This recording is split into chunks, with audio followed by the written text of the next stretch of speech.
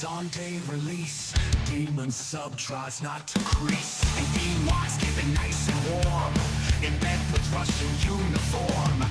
Meanwhile, the Candyman is opening another can. Technical difficulties, they're really such a crime. Technical difficulties, they happen all the time. It's Yellow Belly Tabletop time. It's Yellow Belly Tabletop time. It's Yellow Belly Tabletop time. Sometimes they're salty about the gaming biz, and nobody knows who Upworlder is.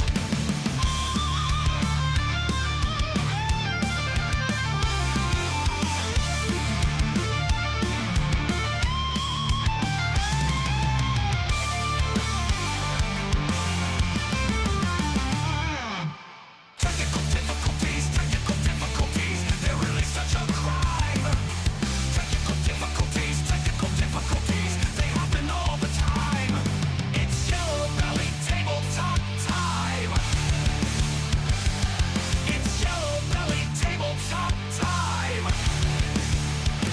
It's Yellow Belly Tabletop time.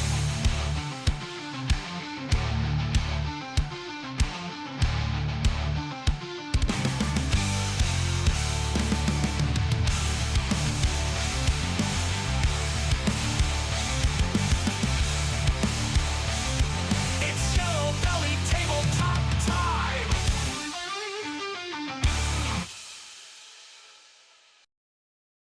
Good evening all. Welcome to another hobby live stream. I don't know if we've got anyone in. Chat's dead. Where is everyone? Is it a chill chat? Is it a chill stream? It could be. Could be. I don't see anybody there. So, Or is Yeah. everybody voting with their feet because we said it'd be every other week and we're here this week? probably. They've all got thrown off. Although I did post in the on Tabletop Discord. So, just checking I'm not losing my mind, and I did. Look at you being all professional and organised. Well, we have been doing it for 190 fucking episodes Why at the this fuck point. is my potato? Why the fuck is my camera like a potato? I don't know. It's a bit pixelated. More internet issues. Let me just double check this. Yeah, I did. But we'll just struggle on regardless, I guess. So if you're watching along later on YouTube, hello, welcome. This is our new 2026 format. So there's There we no go, that's real subject topic to get into. We're gonna just sort of like meander through the next couple of hours. We're gonna focus on doing some hobby and chatting around gaming, as we normally do. And if you want to drop in, if you're not watching us live, just drop in the comments if you've got anything to say on what we talk about. Get involved in the conversation, because that's what it's all about. I'll tell you what I wanted to ask you about, mate, while we've got a second.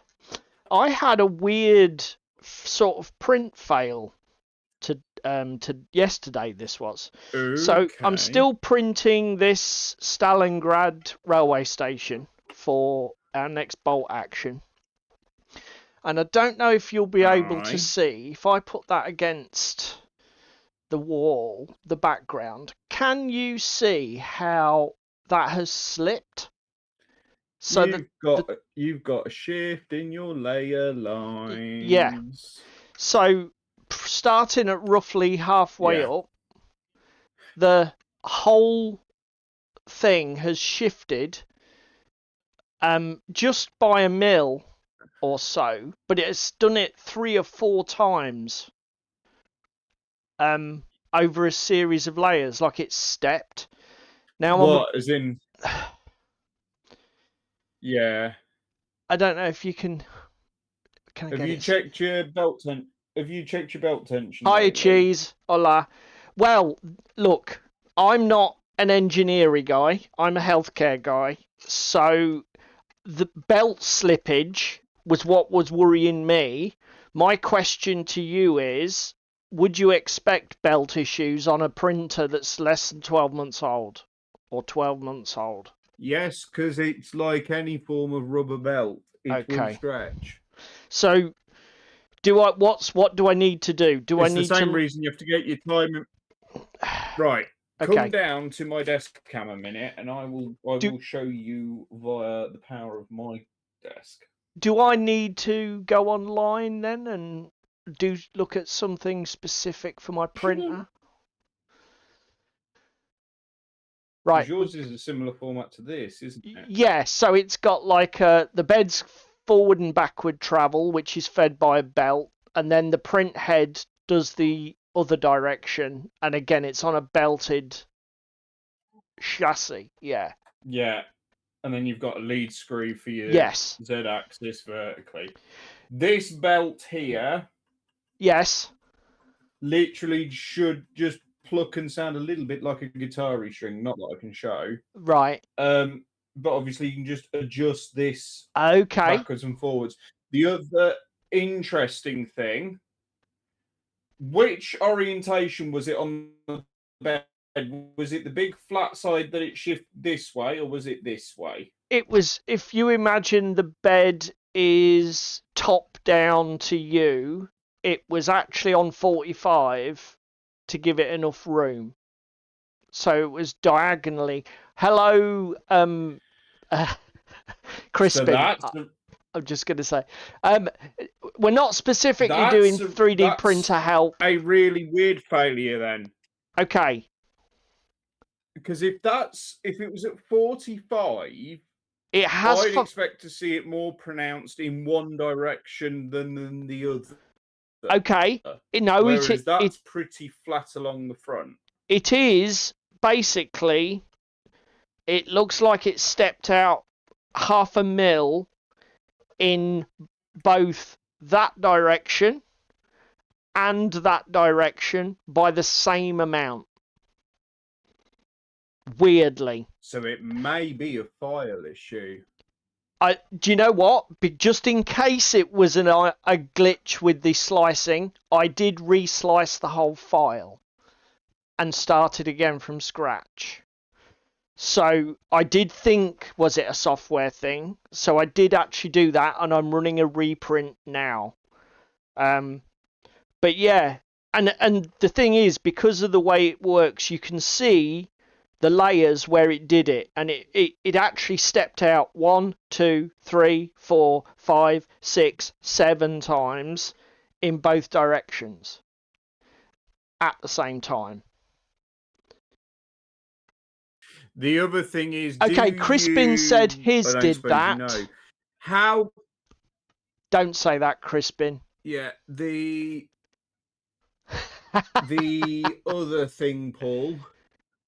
How close does your print head or your bed get to the edge or the edge of its travel? Because if it gets to the edge of its travel, yeah, and it physically hits the hard stop, and your machine carries on clicking over, yeah, to carry on the movement, even though it should be stopped, you'll skip your timing bell, and then it'll go back, and it won't go back the correct amount. I know what you're saying. To be fair, I've not heard it do that. It's never done that previously, even when I've filled the bed almost. Because, like I say, I've had issues where I filled the bed too much, and supports have fallen into the tray off the edge of the bed. So that's never happened previously. But so you said, like, you showed off the tension screw on that front belt. Should both of the belts have tension screws like that?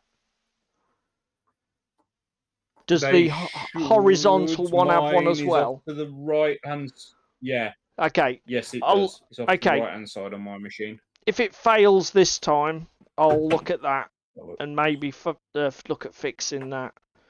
I'm a bit scared. Crispin said his did it and he had to rebuild the whole damn thing. So, what was yours, Crispin? Don't say a Creality Ender 3.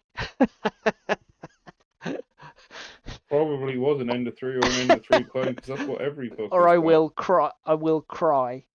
Yeah, I did think that as well. Just print something small like a test print. As I say, it's never happened before. But fuck it. We'll have to The see. other thing is just keep an eye for it might happen at a certain height. That's the other thing. So yes, print a small file, but just keep an eye in case it's a. Why would the height thing, 'cause matter? That's been a thing for me before as well.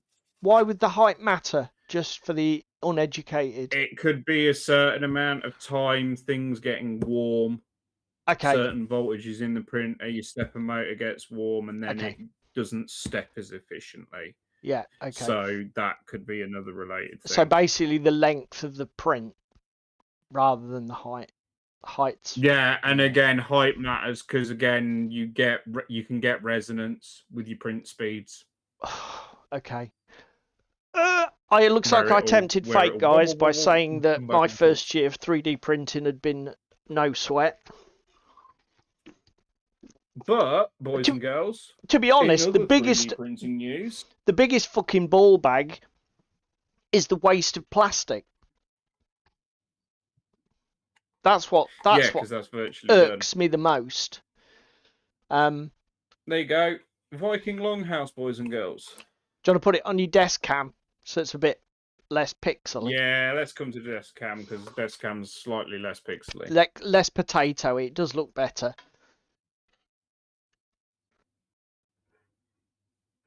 Potato print. Okay.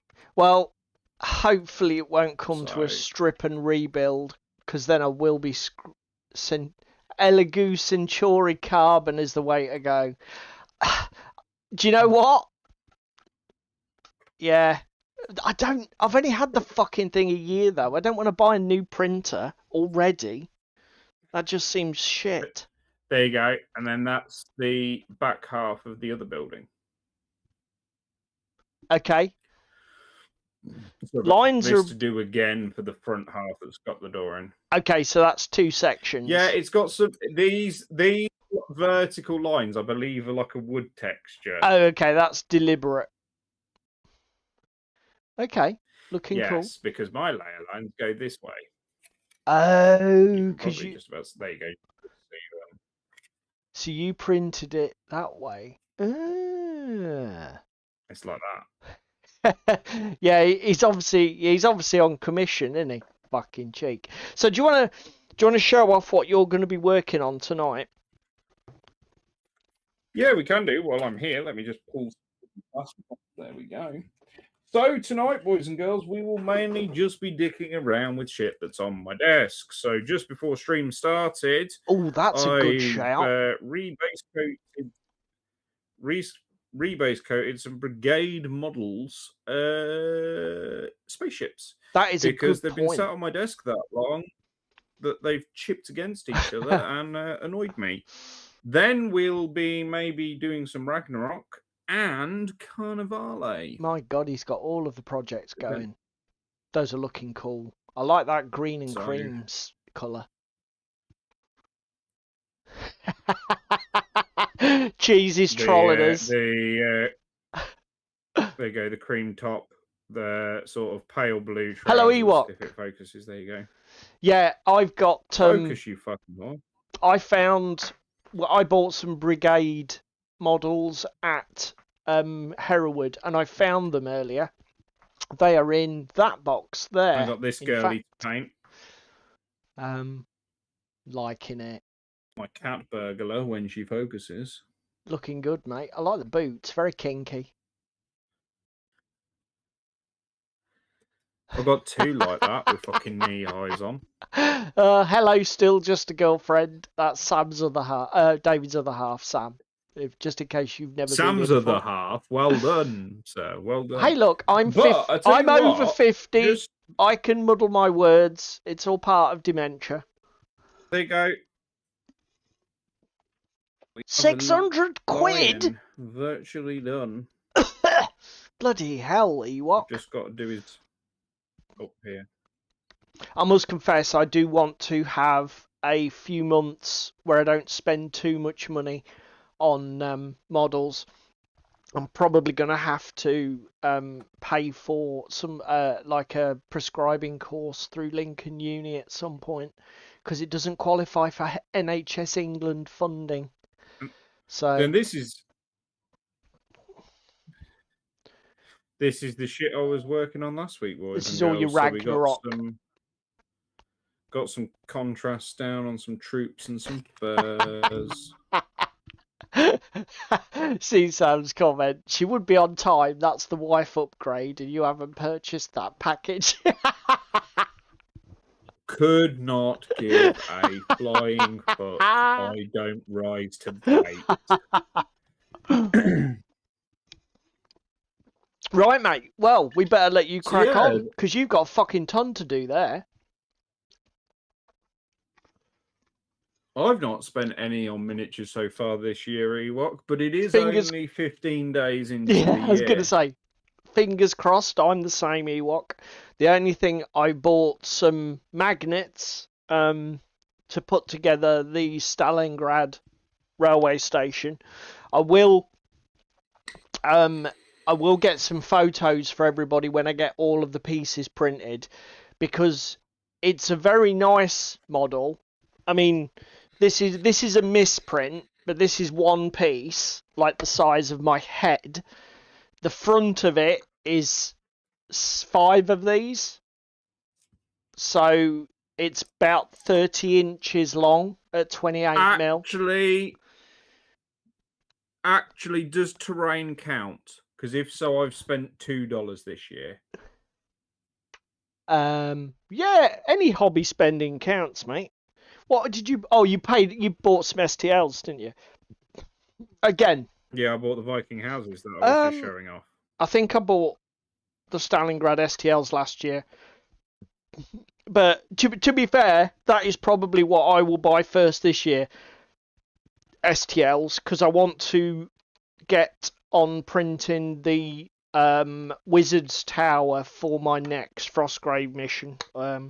So yeah, this the problem with again.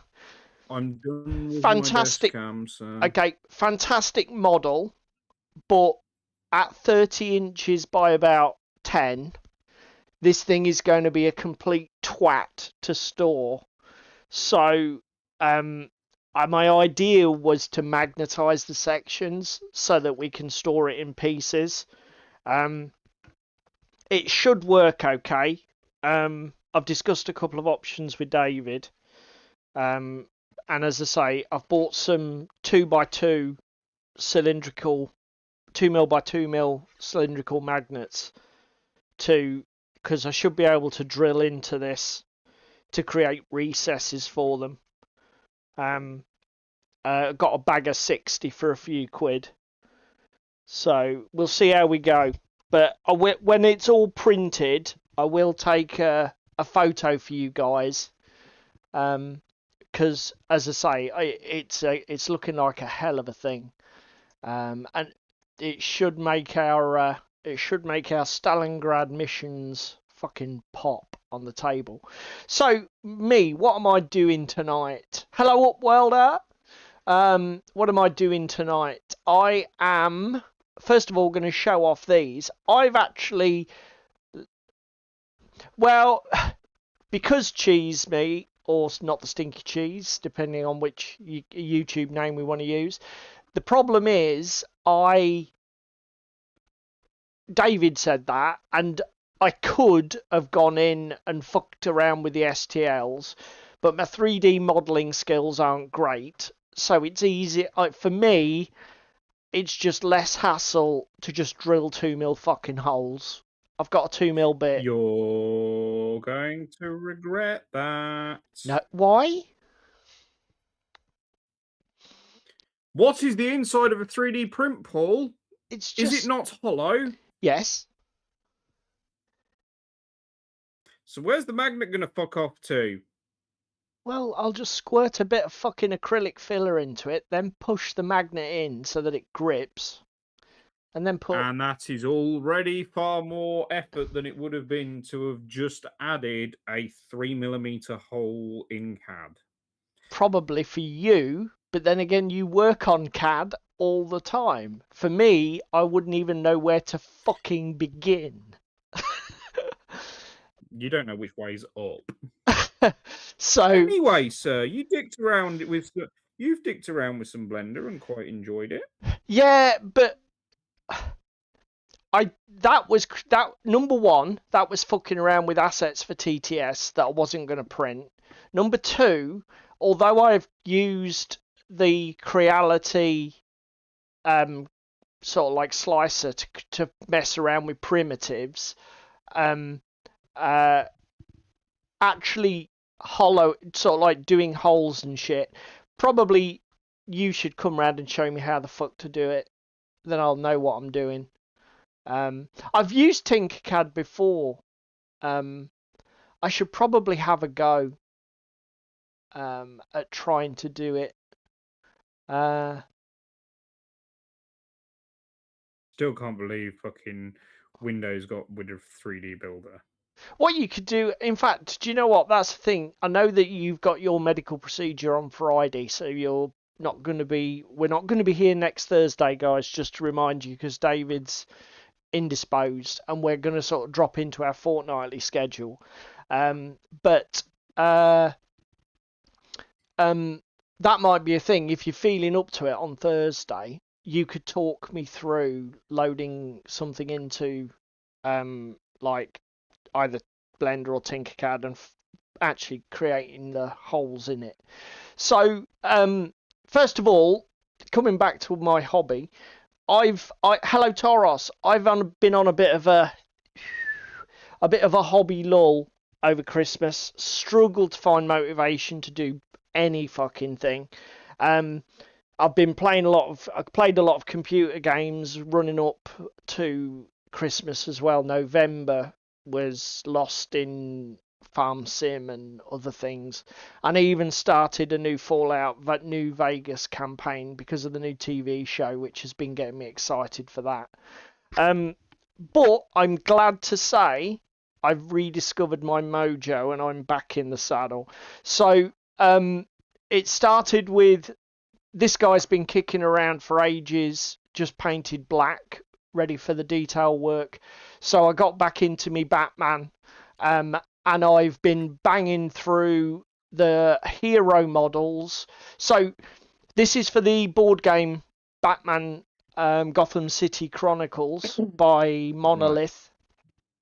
And Why have you done that, you piece of shit? when in the missions for the board game, you can take up to three heroes. It does vary with the mission because they're balanced with different numbers of heroes. And then it'll give you options. So, like, for example, mission 1, you can play hero 1 will be either Renee Montoya or Batman. Batman's already painted because he's basically just black. He was one of the first miniatures I did, I think, for a painting competition at club or a painting event at club. So number 1 option is either Renee or Batman, and then I can't remember the exact breakdown, but option 2 is like 1 of 3, and then hero 3 is 1 of 3. And then what I did was I basically decided to paint all of the options so that when I sit down and play this mission with whoever, then the players have got options to take any hero they want that's eligible, and they're all painted ready to go. So we've got Red Hood. This is the Jason Todd Red Hood with his absurd minigun.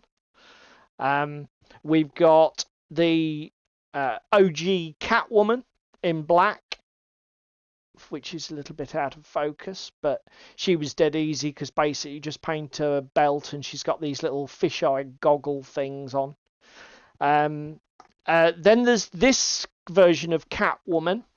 I think in the comics she appeared with like purple and black, but I ripped this off the internet. Somebody else who'd painted these miniatures did this sort of like pink and violet colour, which I thought was pretty cool. Somebody who's got better Batman lore than me can fucking tell me which actual sort of story this Catwoman appears in, or this version of her uniform. I believe this is called Orphan. Like, she's part of the Bat family. Again, I'm not au fait enough with my Batman to know which stories or which story I thought arc. you were a Orphan. Batman tryhard. Only the old school stuff. I do have a few graphic novels, but most of the new stuff, it's all this. The Batman lore is so complicated. Jesus Christ! Just the members of the Bat family, is just nuts. This is Nightwing, and then this is Bluebird. Again, I'm assuming he's part of the Bat family and has featured somewhere. Don't ask me where, because I haven't got a clue. But they just need, most of those just need their edges black edging, and they're done. So I've been really pleased. Basically, I've been doing them at like 1 a day or 2 a day some days. But so that's that. Tonight though, yeah, I think it's Bluebird. Crap name, innit? So tonight, Matthew, we're doing these. So it's going to be Airbrush Prime, and then You treat us to some hobby ASMR. Yeah, and then I might put the first colour down with the airbrush, and then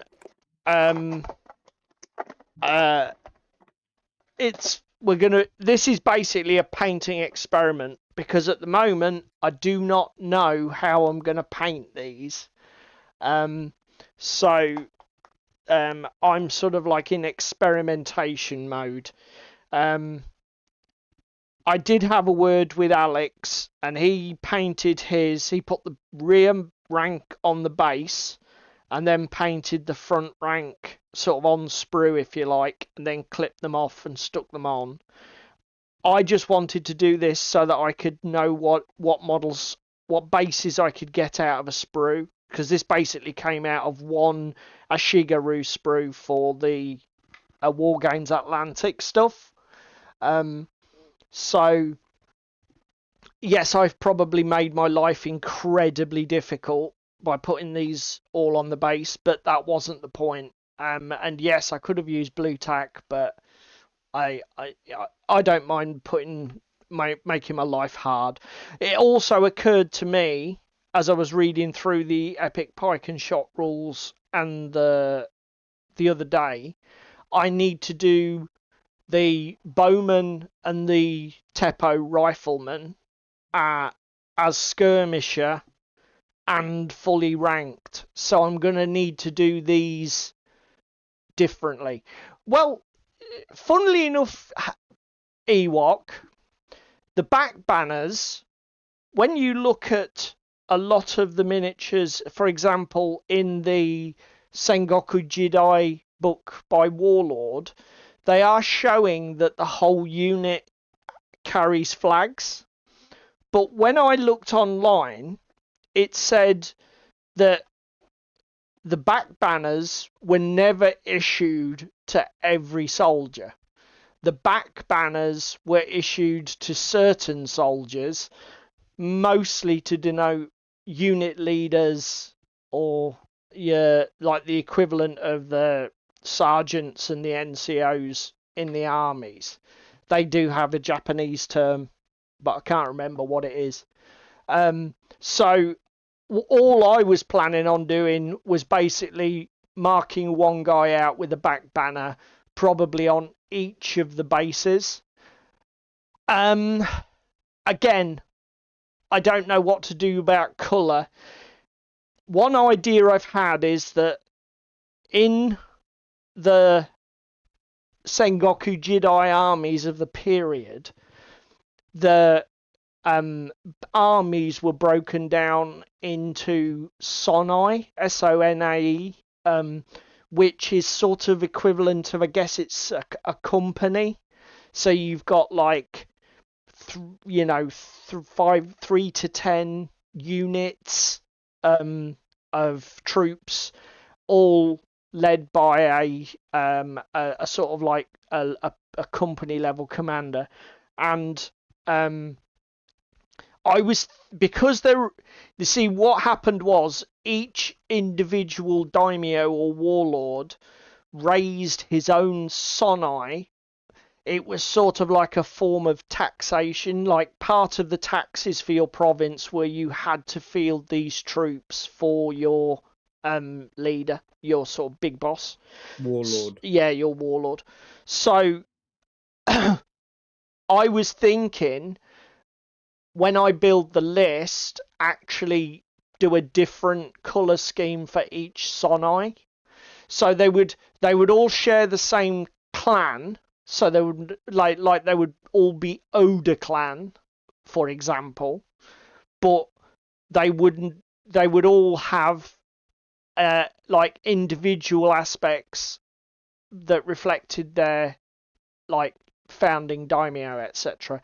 The other thing is as well, a lot of the literature that I've been reading into, because again, this is what comes with historicals that you don't get out of fantasy so much. Looking into it, the Ashigaru, which were basically the line troopers of the day, uniforms weren't necessarily a thing. Everything was quite ad hoc. Only the richest of the richest would put all of their guys in a uniform. And even then, dye technologies weren't what they were very simple. So it's all greys, browns, dark reds. It's all very not flashy, which is a shame. True, Stinky. But I think I'd rather go for something that's because again, I've seen people field like these samurai armies and everybody's in brightly coloured teals or golds or whatever, and yes, it looks cool, but I'm tempted to go a little bit more authentic. Yeah, I did think I might end up doing that, Toros. It depends how much work the painting ends up being. We'll see. But my current plan is vary the colouring for each sonai currently. We'll see how we go. I suppose the only problem with doing that is it does mean that I am going to restrict the way I build and field my armies. Whereas if I just paint everything the fucking same, then I can just throw together whatever I want. That is actually a fair point, isn't it? So, but anyway, I better crack on and get my airbrush set up so that I can actually get on with some work. So, yeah, there we go. Now then, mate. So, right, should we talk about what happened at club this week? Yes, obviously, I'm still on my break from club. So, go and tell everybody what you did at club this week. Doing the equivalent of a dry January. How is dry January going for you? I tell you what, I don't think I'm going to last much more than January because I'm definitely thinking about hobby more. Chomping at the bit. Yeah. I mean, look at the way it's been. Even without games to play and commitments made, I haven't been tempted to do any computer gaming or anything like that. I'm thinking about the hobby I want to do. Do you know what I mean? So I'm going to have to sort something out. I'm going to have to get playing regular games and get them planned in. This isn't going to be... Actually, first off, should we tell the boys and girls about Saturday night? Yeah. Where we played some Flames, because you've actually got input on that, haven't you? At that scale, it's abject batshittery. Yeah, okay. I think I've been called out. So on Saturday, I went round to David's and we played Flames of War, didn't we, mate? Which is, Yes, I think, we did. only my third game ever. Yep. And I had yet another frustrating encounter with Flames of War. So, David ended up winning by basically breaking my formation. I think the mission we did was the one out of the rule book called Dust Up. Is that right? Breakthrough, Dust Up. Dust Up, I Either think one it of was those called. two.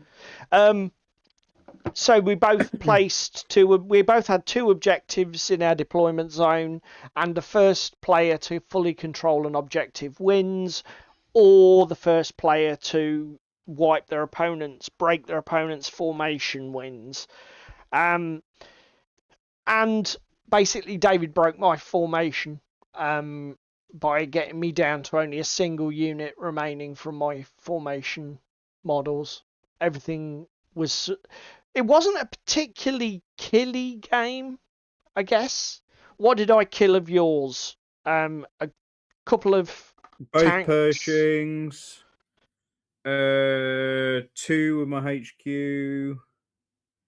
I think that was it, mate, wasn't it? I think. Couple of troops. Bases. And I lost basically the 2 units that lost me the game, but that was it. You lost 5 Panzer IV. You lost 5 Panzer IVs, an SDK, and 2 bases of troops, or a base of troops. And it was losing the Panzer IVs you know that lost me the game. Oh, cool. Yeah. But yeah. So. Well, again, I'll tell you what. From my point of view, it felt like quite a close game because we were backwards and forwards between that, and I just made the gambit at the end to go for it, to assault the tanks, assault your unit HQ, yes. wasn't it? Yeah, because and again, while my other tanks withdrew towards the objective that I needed down the other end of the table. To be fair as well, like, I failed a cross-check with my my formation command. They got assaulted by David's infantry, but which they lost comprehensively because of his bazookas. It wasn't even the turn they failed, was it? Sorry? It was the turn after they failed. It was the turn after they failed. Because I didn't run them out straight away. No, because they failed the combat. And to escape the combat, they had to make a cross-check. And then they failed the cross-check with a natural 1. And then that meant you removed the tanks because of the combat loss. And then because you'd... Yeah, because they couldn't withdraw because he'd had to go through my Pershing Rex or the Rex of his own tank that had been I mean, again, blasted. There was definitely some schoolboy errors in terms of my generalship. I never should have got bottled in. I was playing far too aggressively with my panzers. Which is how I managed to lose the other unit of 3 panzers. Basically, I was trying desperately to kill David's artillery pieces. Because what are they called? Calliopes. So Calliopes, if people who don't know, are basically these American tanks with rocket launchers on them that act like artillery. M4 Shermans with a shit ton of rockets strapped to the roof. Yeah, and obviously, because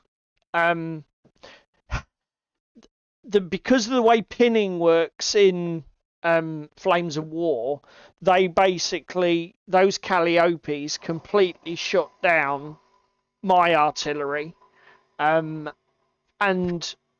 I had to basically stop them, which meant I needed to use anti-tank on them, and I got too aggressive, left my panzers were sort of...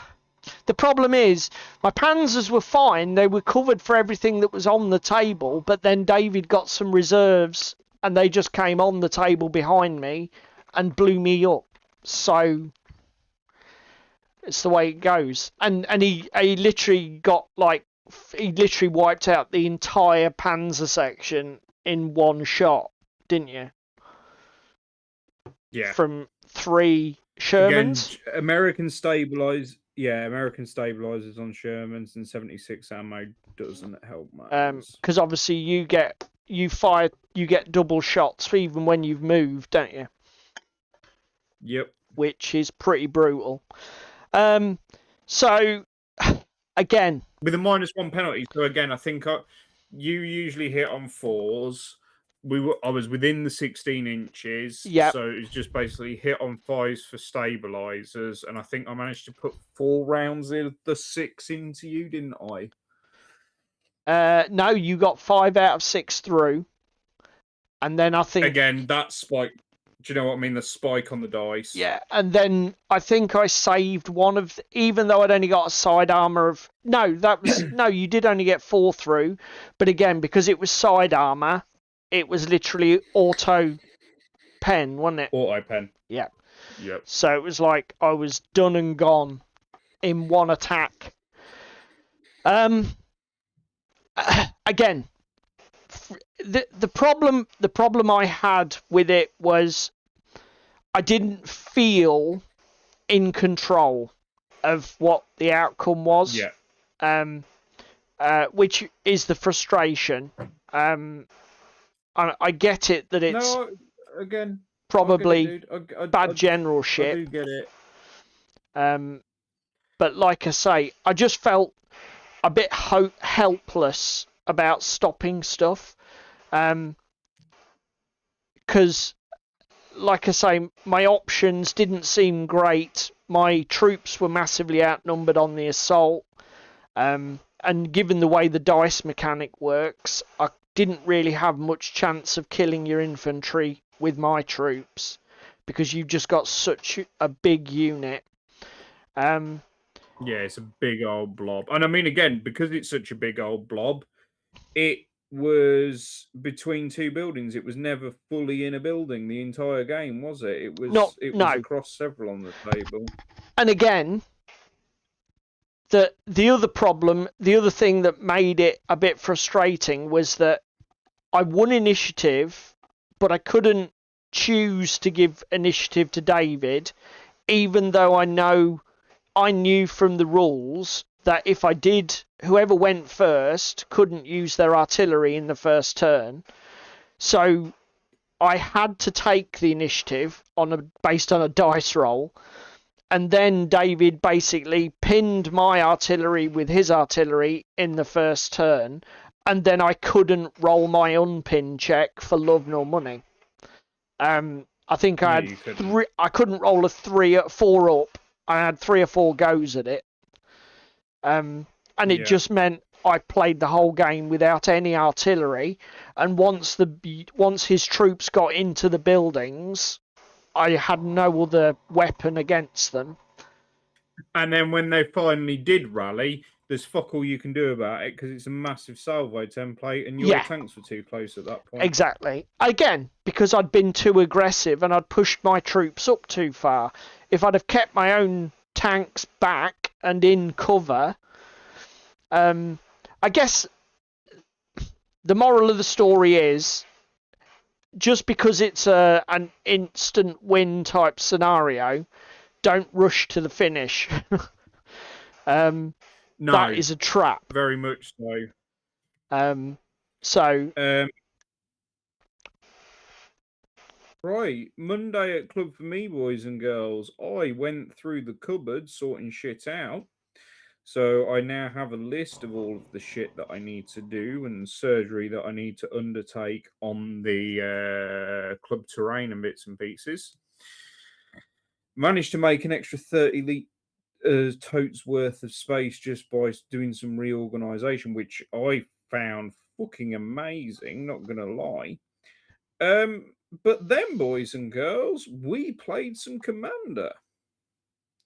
So we had Ricky, Rich, Alex, and Trevor all playing. And myself, even forgot myself in that count.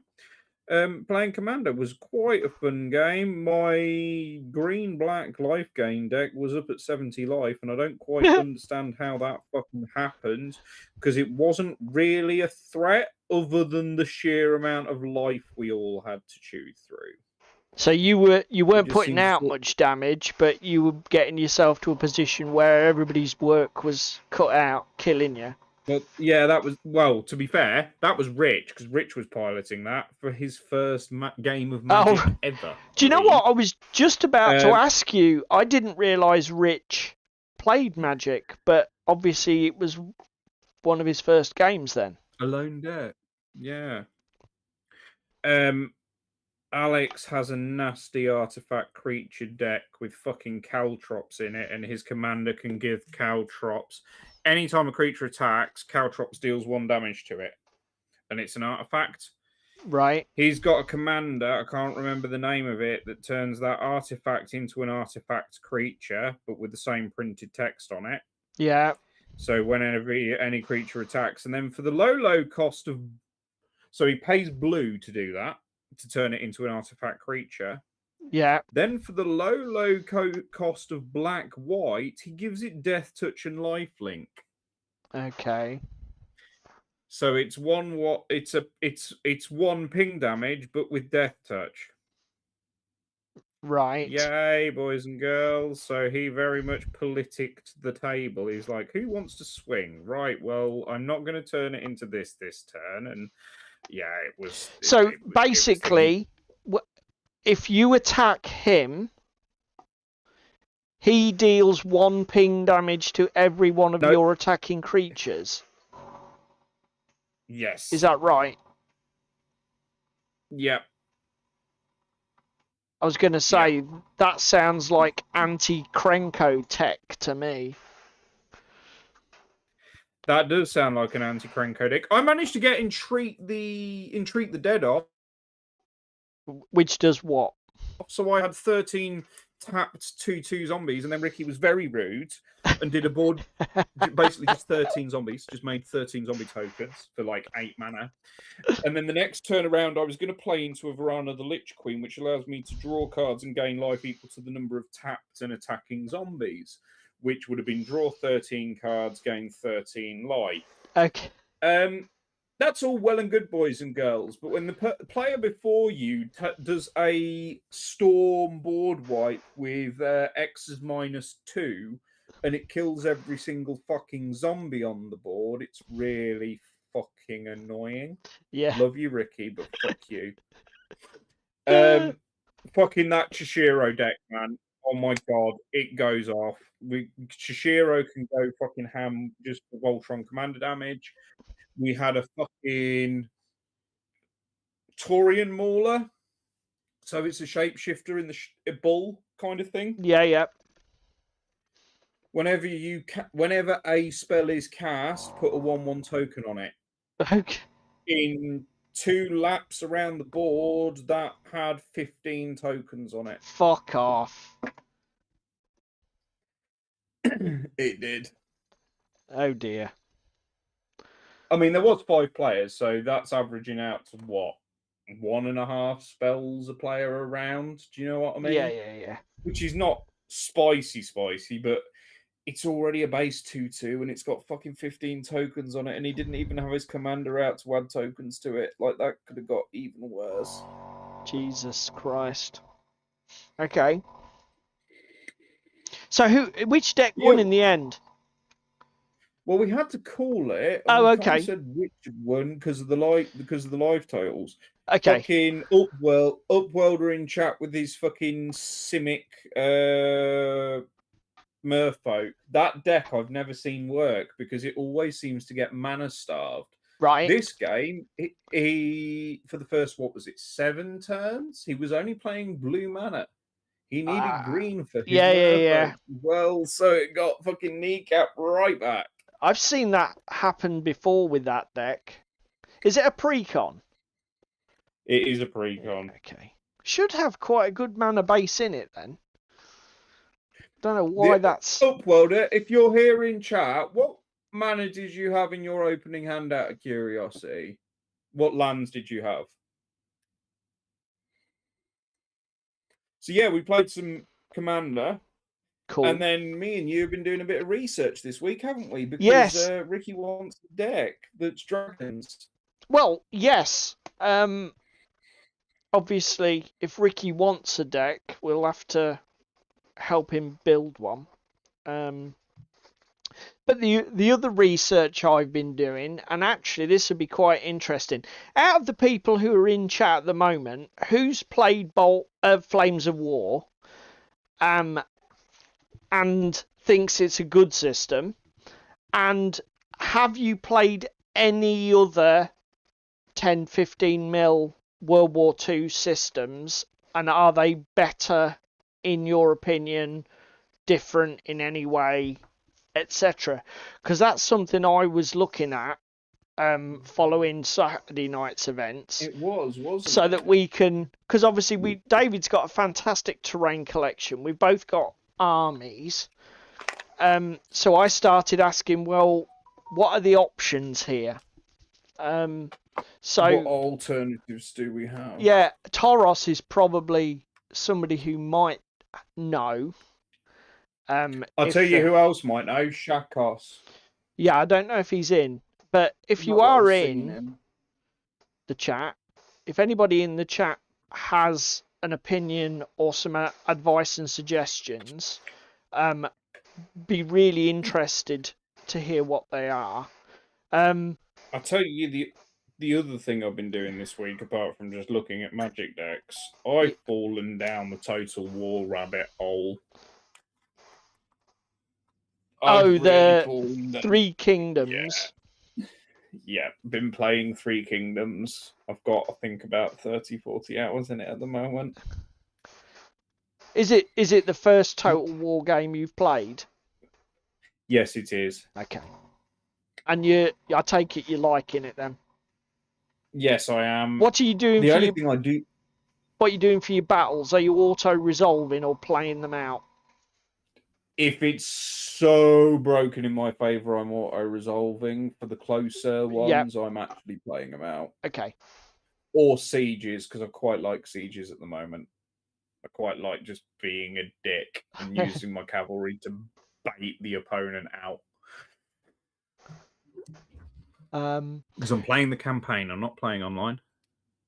Okay, Cheese Me says played it at the boot camp, but not enough to comment. Fair enough, mate. So the options I saw when I started doing my research, straight away I saw Battle Group. Yeah, which Cheese Me has mentioned. Which I like the look of.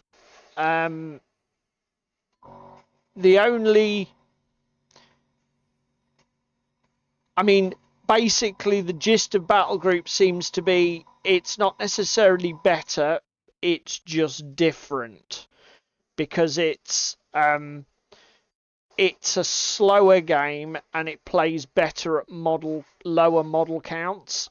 But the thing that appeals to me about Battle Group is, unlike Flames of War, it does have ambush on reaction mechanics, and it is possible to pin vehicles. So it's much more, it's not just about killing stuff. Yeah, you're not just trying to kill everybody's models off the table. You're trying to win by just pinning and demoralizing troops. which I like the look.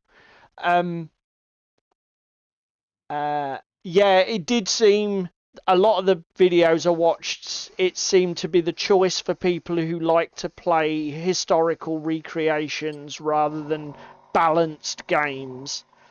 A lot of the videos said if you're into tournament play and want pure balance, Flames of War is the way to go. The other one I did see was O Group by Two Fat Lardies. But as soon as I watched and saw that it was random movement, I pretty much gave up on that. Because I am not a fan of rolling dice unless it's necessary. And I mean, yes, I'm sure I know Jerry hates random movement, and like being in a situation where I roll 2 inches of movement for the same unit on 3 separate orders would get fucking old very quickly. It's just the fact that I'm being forced to roll dice all of the fucking time for everything. Don't get me wrong. You need dice to add randomness to games so that they're not entirely predictable and deterministic. Yeah, but there has to be limits, surely to God. No, I don't like that. That's not working. Now, you see, this is why we ask, because now Mortem et Gloriam, I knew that's a small scale historical. I didn't know they'd done a World War II one, and the other one that David mentioned is by Anschluss. Is it Anschluss Wargaming? Anschluss. Yeah. Anschluss. I think it is just Anschluss. Is that what the rule set's called? Yeah, I think it is. Right. I think it is. Because again, Okay, I found the first pro acryl that has shitty coverage. Oh, okay. Tell the class. What is it? Agent Orange. It's Okay. too fucking thin. Okay. Oranges can notoriously have shit coverage. They are up there with yellows, so it's not necessarily something that is unique to pro acryl. What is it? A 2-coater? I think it's a 3 or 4. Yeah, it is a proper German word. What was I doing? I need to put some more paint on my little. I'm not boy. My German isn't that good, so I don't know what it actually means in German. Is it attack? Or is that Schlacht?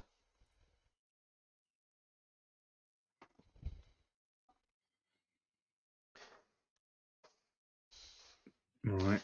Krieg is battle, isn't it? Or war.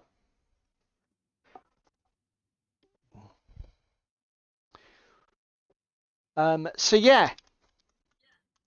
Divisions of Steel. Thank you, Cheeseme. I will have a look at that. And see if I can find any videos on it. Because again, it's the thing. I've invested in the terrain. I've invested in the miniatures. Don't get me wrong. I'll still continue to play Flames, but I would like to play some World War IIs with Paul with the miniatures I've already got. Yeah. I mean, to be fair, I will be trying Flames again because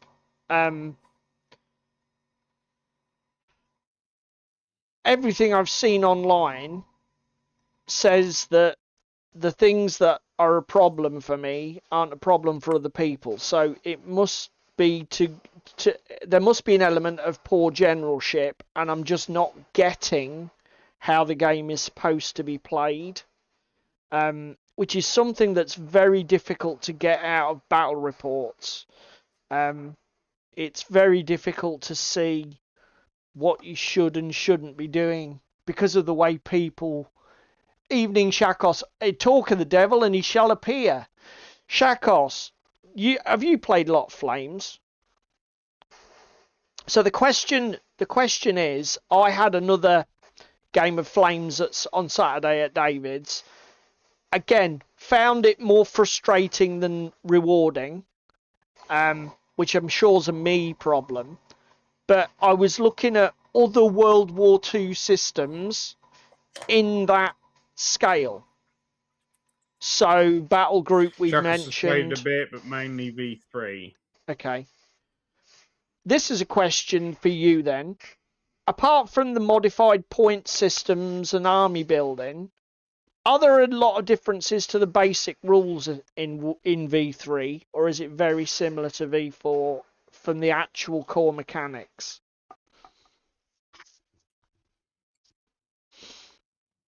From what you know, you obviously, if you've not played hardly any 4, Where's you my deck tang may not gone? know.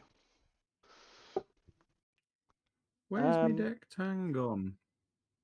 My God, don't tell me you've lost deck tan. That could be fucking apocalyptic, mate. I'll tell you what, if I have, I will not be a happy bunny. No! The Mostly fuck similar, is the my forces. deck Yeah, tang? okay. Because I think I've heard Jerry rant about 4 doesn't allow the granularity in the army building that 3 had.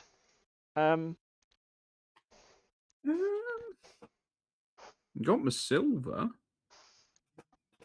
So yeah, Not if you're watching along later on library. YouTube and want to suggest World War II rule sets in that scale, sort of like 10 to 20 mil, company level games, then feel free to do so.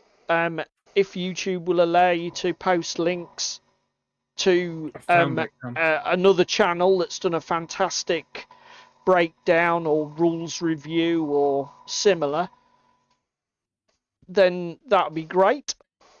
The other thing is, if you can't post links, and like Paul's just said, if there's a good channel, tag us in the comments. Yeah. Just tag the channel and I'll have a look. Right, okay, we have a brown down, which I should be able to leave as the armour colour. And then I'm just going to paint... So what are you airbrushing at the moment? These Wargames Atlantic Japanese. So I'm just put the primer on, and then I'm putting on some of this wall paint Banshee brown, which is like a reddish brown. And my thinking is I'm going to make that the main colour for the armour, and then I just need to go through and paint leggings, sleeves,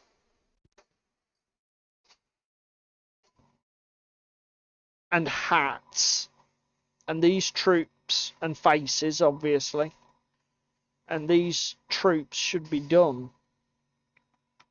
So we'll see Here's how a we question for the go. boys and girls at home. What pairs with purple? Because I've Orange, got a patrician gold. with a nice purple outer cape, black trousers, and a load of ruffles that I'm currently doing in my deck tan because I've found my deck tan. But he's obviously got a shirt on underneath. So what colour do I paint it? So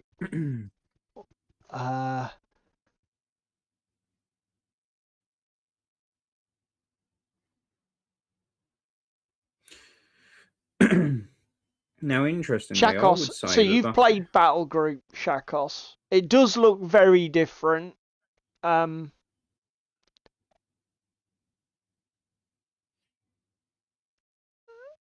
Group is very prescribed.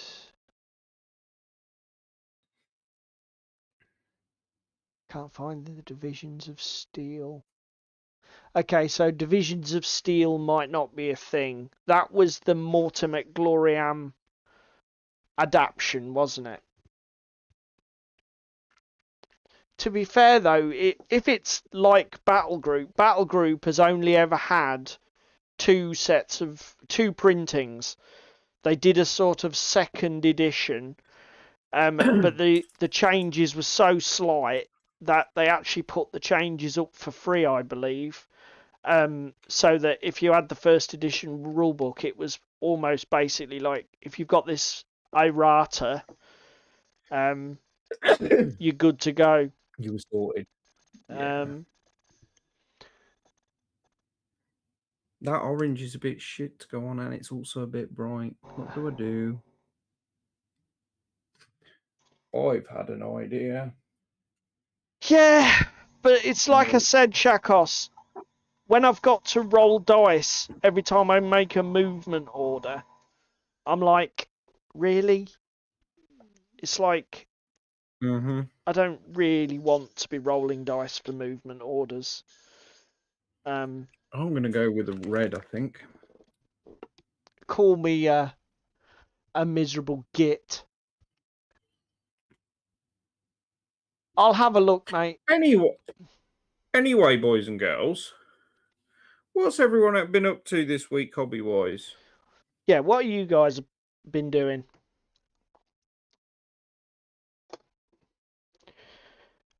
Right. I'm doing red. I think we're done with the airbrush because I'm not going to get anywhere now with the airbrush. So you went for red. I'm doing red. Purple and red? Yeah. Okay. What? Dark only a red? tiny little area on it. Oh, it's okay. Yeah, like a black red. Okay. The other thing is, when I wash that down in a minute, that'll be problem solved.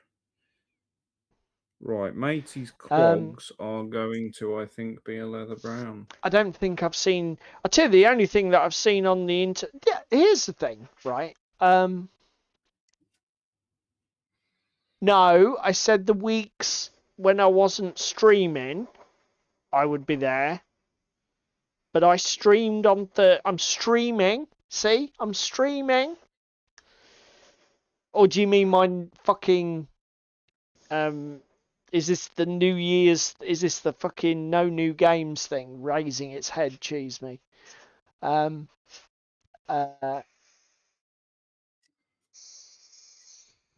Yeah, the only thing that's been in the news is Trench Crusades having a bit of an issue, I think, isn't it? People have been hating on Trench Crusade. I saw. Who'd have thought it? Now, I haven't done a ton of research, but it seems to be what was they've backtracked on doing everything for as STLs, because I think when they did it originally, they said to people, "Oh yeah, this is going to be an STL based game. You're going to be able to get STLs for everything." Well, you mean they've decided to be money grabbing? This is exactly the accusation that I've been seeing on the internet, which was I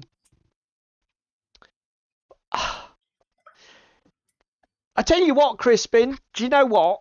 This is exactly why I don't need any more fucking games this year.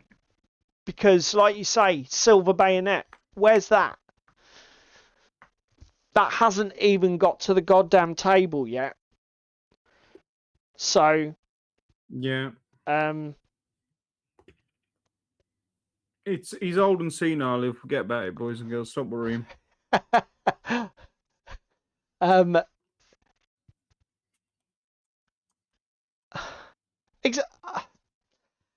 Look. Cheese, mate. Not the stinky cheese. I would say it's a bit further than that, though.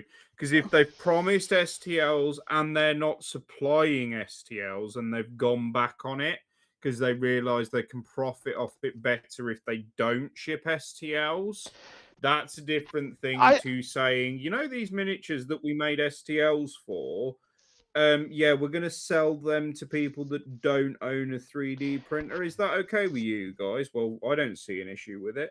I don't think that they have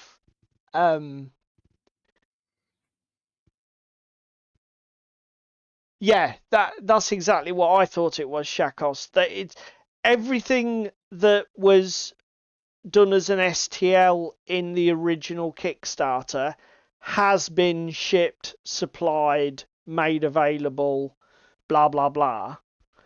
What they've said is new releases are not going to be there won't be STL options.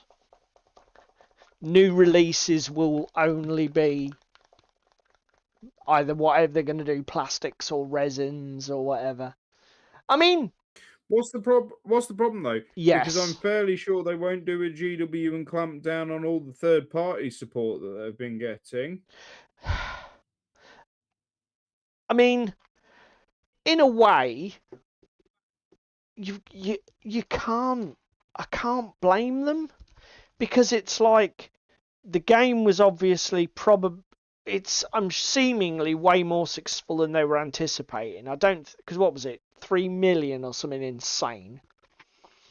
I mean, I'm sure they Something didn't stupid like that, yes. anticipate it being the scale of success that it was. So there's going to be an element of options that weren't on the table when they made all of their plans are suddenly like, shit, we could do this, guys.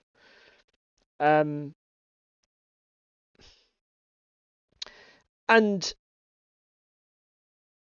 it's undoubtedly going to because of the way unless you charge a ridiculous amount of money for an STL with the losses from file sharing, piracy, people printing multiple copies for themselves and friends, you're never going to make as much money off an STL based model, particularly if there is the potential for it to go big.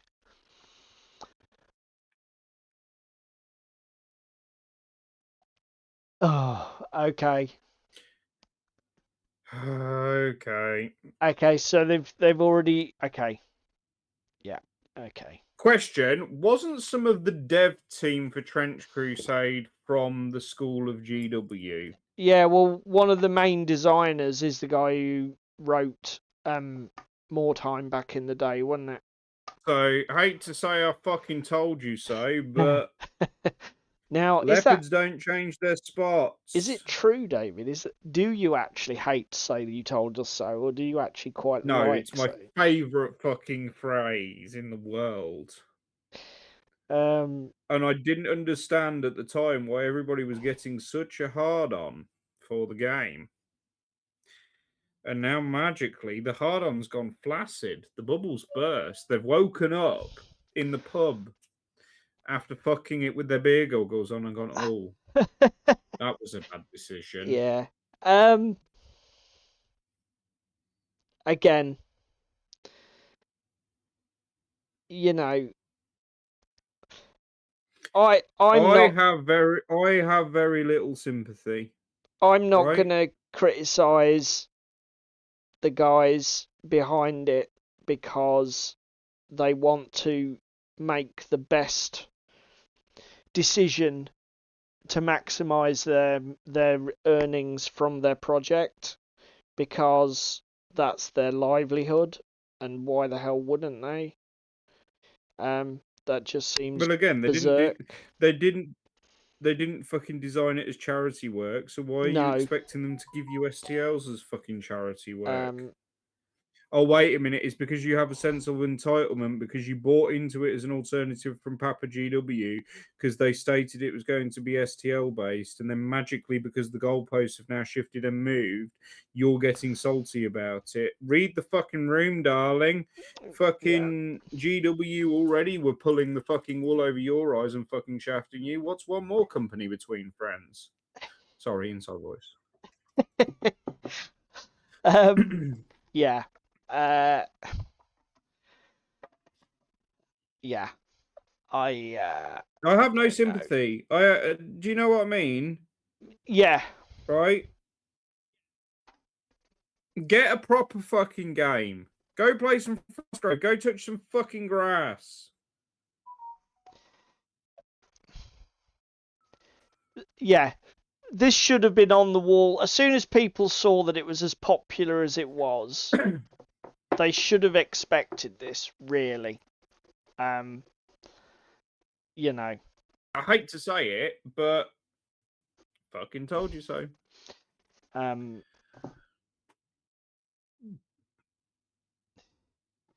Yeah. It's not a surprise. No. What? I didn't watch the Mantic live stream. I didn't even realise they were doing a Mantic live stream. Let me have a look. Let's have a look and see what the Mantic live stream was all about. Again, that's a company I can get behind because they're supplying both STLs and fucking plastics.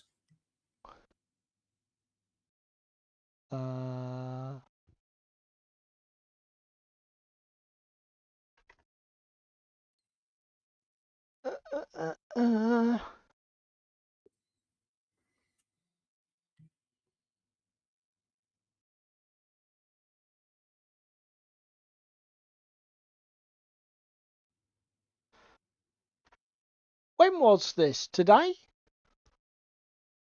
Oh, is it the Kings of War 4th edition one? Crispin?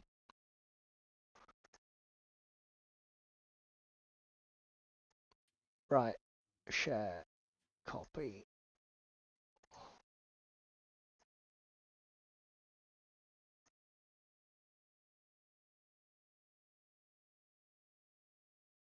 See if we can share this with everyone.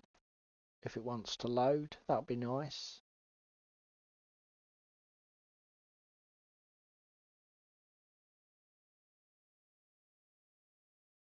Da da da da da dee da da dum. That one. What nice hair you have. No.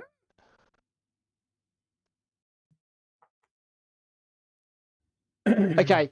So, to be honest, Crispin, no, didn't see this. I'll be honest, I haven't really been looking that much at 4th edition Kings of War, because I don't play enough of it to stay up to date.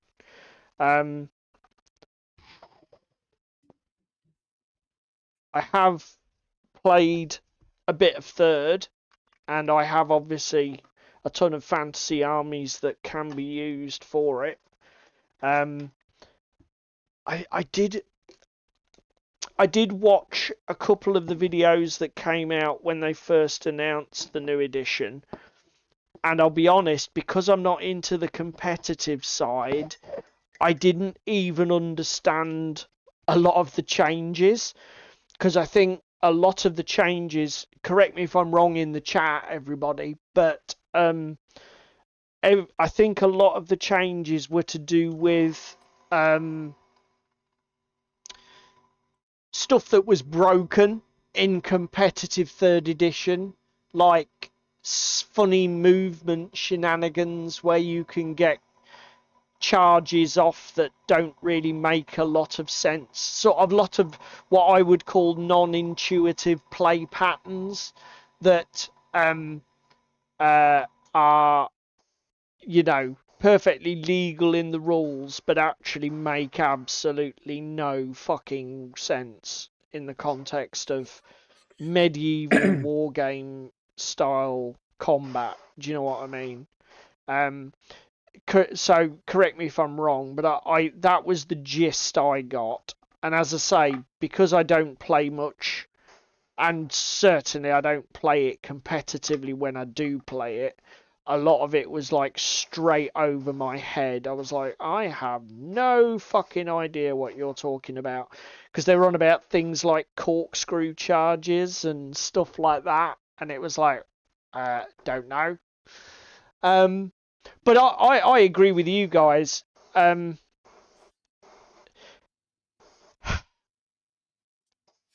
if look, if Mantic are an example of how to run a successful company, because I'm assuming they are successful. Obviously, I've not seen Ronnie's tax returns, so I don't know that. But they don't.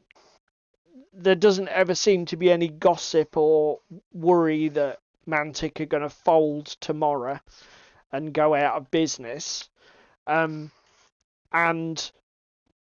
they definitely seem, and it might just be brilliant marketing, like if somebody wants to put a counter argument that no, they're just as mercenary as everybody else, but they're better at hiding it, that's fair enough. But the impression I get whenever I see anything from Mantic, whenever I buy a Mantic product, which I have many of, so I think pretty much the only game of theirs I've never touched is Dead Zone. I own everything else that's not a board game. So Firefight, Epic Warpath, Kings of War, Dead Zone, and I've played Armada. I've played like Dead Zone through all 3 editions, Kings of War through 2nd and 3rd. Dungeon Saga. I've bought, Dungeon Saga again. The product wasn't necessarily what I thought it was, and I was a bit disappointed in it. But I can't say that the products I got were bad value for money, because I was still able to get some fun out of them. It did require home brewing to the arse, but I did actually get it to be value. Now, here's the thing. If the glue is that low odor that you can't smell it, is it actually even glue? It's supposed to just stick things together, mate. It's not supposed to be like a fucking thing for but abuse. it needs to smell like an industrial solvent to actually do its job. You'll have to let us... Interestingly, Shakos and Sprues wants to call out and attack Warlord for their shitty customer service. Why? He emailed them on the 6th about some shitty resin tanks that he's got, and he hasn't received an email. Oh my god. That's it. That's disgusting. How very dare they? Boycott! Boycott.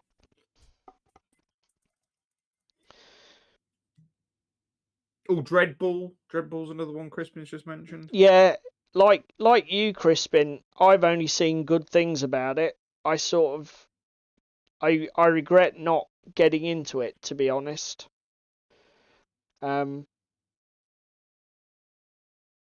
Hopefully they aren't doing a war cradle. Well, they're probably looking for the resin caster in the back room to drag him outside and shoot him. What you've resulted in there, Shakos, is the execution of a working man. I hope you are happy and contented with yourself. And the thing is, they're probably taking so long about it because they've got to try him and sentence him appropriately before they drag him outside to put the bullet in the back of his skull for miscasting the tank that you had.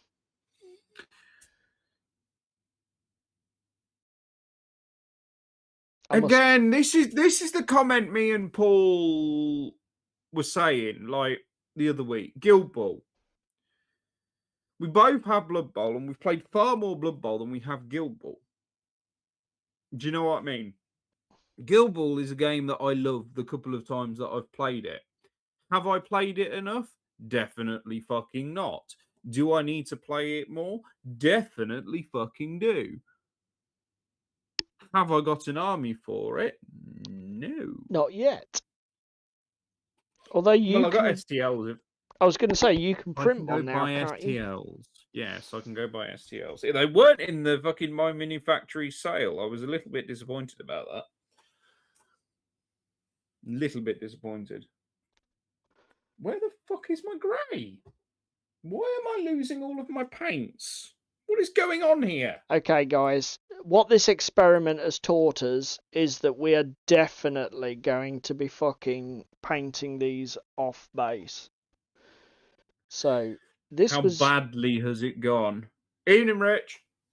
it's not gone epically badly, but it is a massive pain in the fucking ass. And this is more hassle than this needs to be. So we will be painting future ones on the sprue and then gluing them to the boards after. Right, they need some detail work painting on them, just some hilts and things. And then, to be fair, they're done, so I should probably just get them done. I also need to get the washout for their trousers, which needs to be the Agrax. Because the other thing that I'm going to do with this is I'm going to not paint that which I cannot reach relatively easily. I was about to say, just don't say that you cannot see, because bear in mind, them fuckers are 10 mil. Well, yeah, I was going to say that's a bit of a wide gate. Not painting what I can't see. But actually, what I was going to say was I'm not going to paint what I can't reach. And actually, it'll be interesting to see whether they look aesthetically good enough with like details like the front of the leggings not painted on the back rank. I'm guessing that they will not be visible. So it actually won't make any fucking difference at all. You say that, but you know in your heart of hearts that you haven't done a good job, and therefore Do you know will what, be mate? distraught. I don't know if you're speaking from personal experience, but I tell you one thing, I am absolutely not fucking bothered about defects or errors on models. So, like, for example, those Batman miniatures I was showing off earlier, they are just base coat, null oil, done. But when I put the null oil on the pinkish bat Catwoman thing, a lot of the magenta rubbed off on the high areas. I think I was being a little bit fucking aggressive with the painting, and it rubbed off. So do you know what I did? I went back in and I repainted it with the magenta, which then didn't have the null oil out and looked completely weird. And do you know what I did then? I left it and moved on with my life, and I'm not worrying about it. And I am going to sleep soundly tonight. Just take your glasses off, then they'll look good. Speaking from experience there, Rich. So, yeah, I am very much of the utility school of model painting now. If it has paint on it, it looks better than it did when it was stupid cyan blue plastic. That is progress enough without me worrying about anything else. These Ragnarok minis, I'm not being overly clean on the troops. The gods is a completely different story. Because the gods are bigger sculpts, they're far easier to paint. These little troopy troops, I'm just slapping colours on and contrasts on and being done with it. Like I say, I don't think there's no shade at all in that.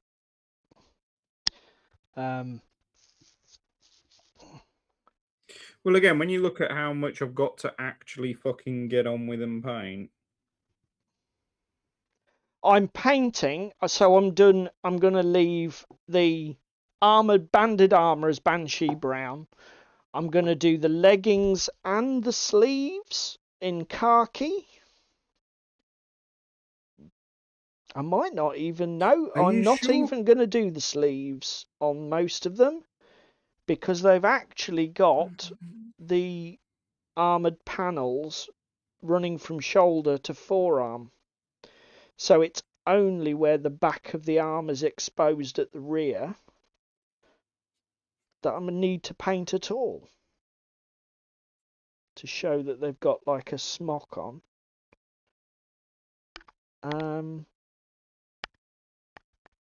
Yeah.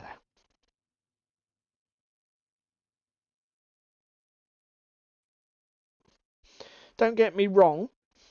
You need a steady fucking hand because they are 10mm models.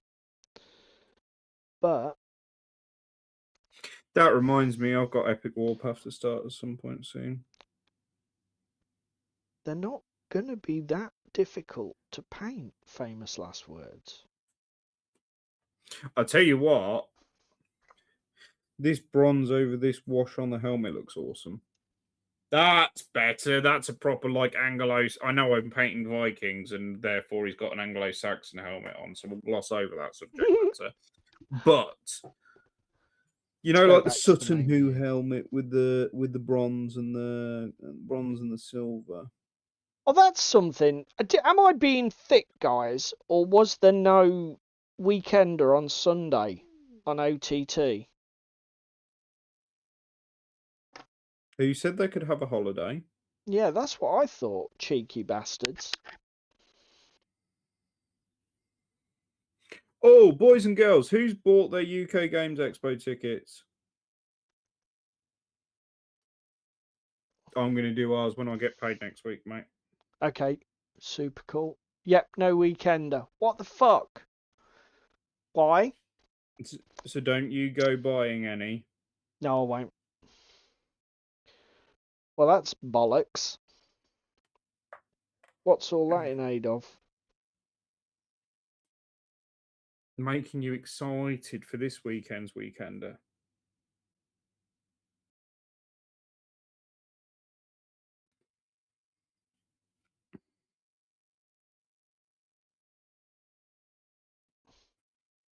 I need to get my lawyer out in a minute.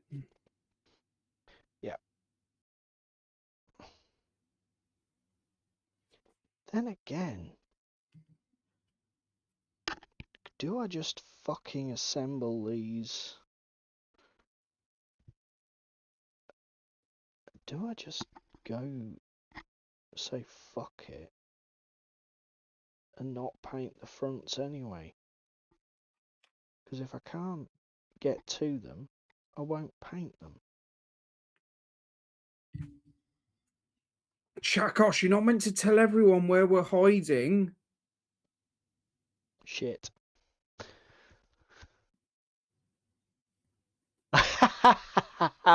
Cool.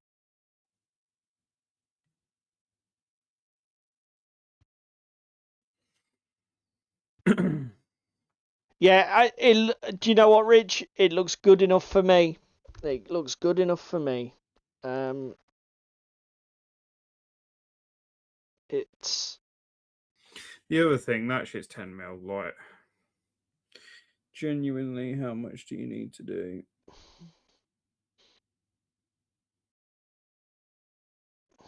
There we go.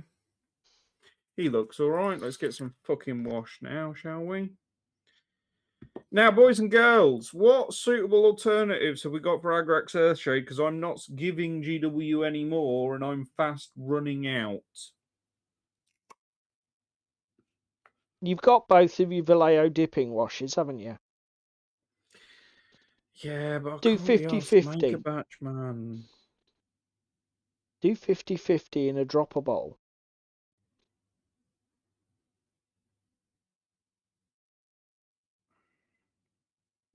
Right, next time I see you, can you get me just a blunt drawing up thingy then?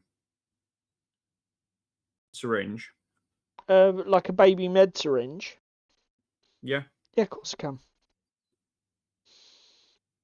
Is that so the engineer in you can do an exact 50-50 mix? Yes, because I'm autistic and I can't cope with fuck-ups. Oh, shit. Oh, I need my other brush. Right, and trip that brush. Doo-doo-doo. Have you got dropper bottles? I have got dropper bottles. Okay, I'm that's not a fine. heathen. Because I've got those as well. Yes, mate, it is. Yep. Parking is included. What nights are you there, Chakos? Are you there all weekend?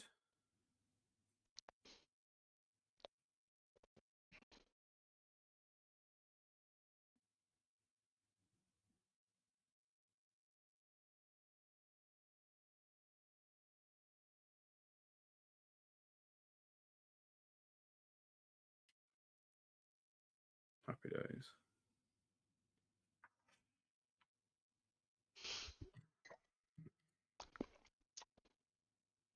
Ah!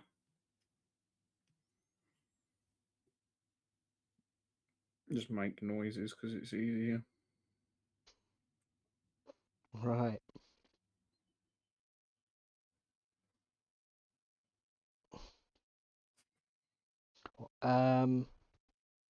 Yeah, I'm liking this. Thursday to Sunday, you legend. We will see you at about 3 o'clock on the Thursday afternoon, then, boy. That's usually when we get down into it, matey. Yep. And then head down to the centre at about 5 to pick up the tickets. Get tea on the way through.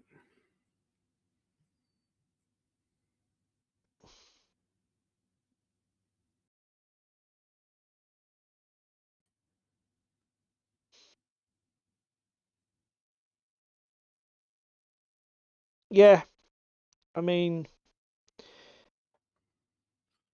Shakos has called the blinder earlier with the old. I think it was Shakos who said about, or it might have been Crispin saying about, Silver Bayonet. We've still got so many games to get to the table, haven't we, mate? You have more than me now, I believe. Yeah, 7TV, Silver Bayonet.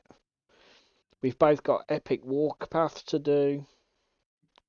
Mm-hmm. We really do not need any more gaming projects, do we? Says the man currently painting Ashigaru figures. Yeah, okay. Sorry, do I need to take the kitchen knife out of your back? No, it's fair. It is fair. To be honest, again, obviously, it was done a bit on impulse because I really do need some Japanese gaming in my life. I am a massive Japanophile, and considering I don't do any, it's pretty bad. You're a lying bastard. Which Japan game You do we? already have a What, Japanese. You already Infinity? have a Japanese army. No. Well, that's two then. You own some Japanese, sir.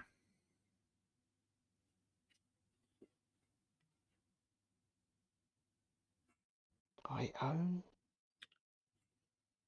Oh See, my god, is he being thick, boys and girls? this is worrying. He's so slow. This is worrying me now. You own some Japanese. That's not my JSA from Infinity. You see, this is the problem, isn't it? What? No, you're just a senile old man. What else do I have Japanese for? Do you want a fucking hint? Yeah, go on. Banzai! Oh, hey ho. No. Oh shit, of course. Yeah, okay. Duh. Fucking bolt action. You fucking massive autistic retard. Oh, that was brilliant. That was brilliant. Well done. Although I have now stopped panicking because I was thinking, don't tell me I've got more fucking buried models and unplayed games. But no, that is fair. Were you breaking out in a cold sweat? I fucking was. So these guys have got like a cloth coming out the back of their conical hat. What colour do I paint Can that? I make a suggestion? Yeah. German camouflage beige. Stick with the beige theme. I think so. I would argue so. Right, that's another unit of troops done for Ragnarok. Awesome. And for the hats, the hats, you've got to do bamboo. yeah, that's what I was thinking, like a yellowish Actually, brown. Sharkos makes a good point here. German camo beige next door to a yellowish brown on the bamboo might not necessarily be the best idea. That's true. We might want a bit of contrast.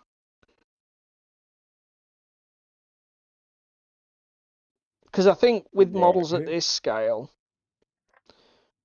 my logic is that if I just place the paint to define the shape of the model so that it looks like a man, that's all I really need to do.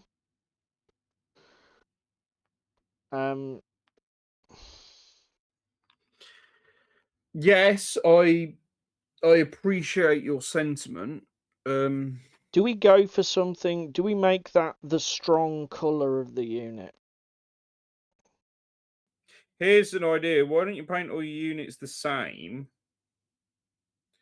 but then just have like...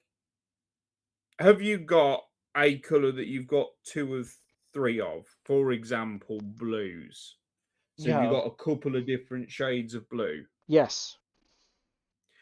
So hear me out. Why don't you do blue is that colour in the little cloth coming out of the back of their heads, but just do 2 or 3 blues across the unit so that they're all dyed slightly differently?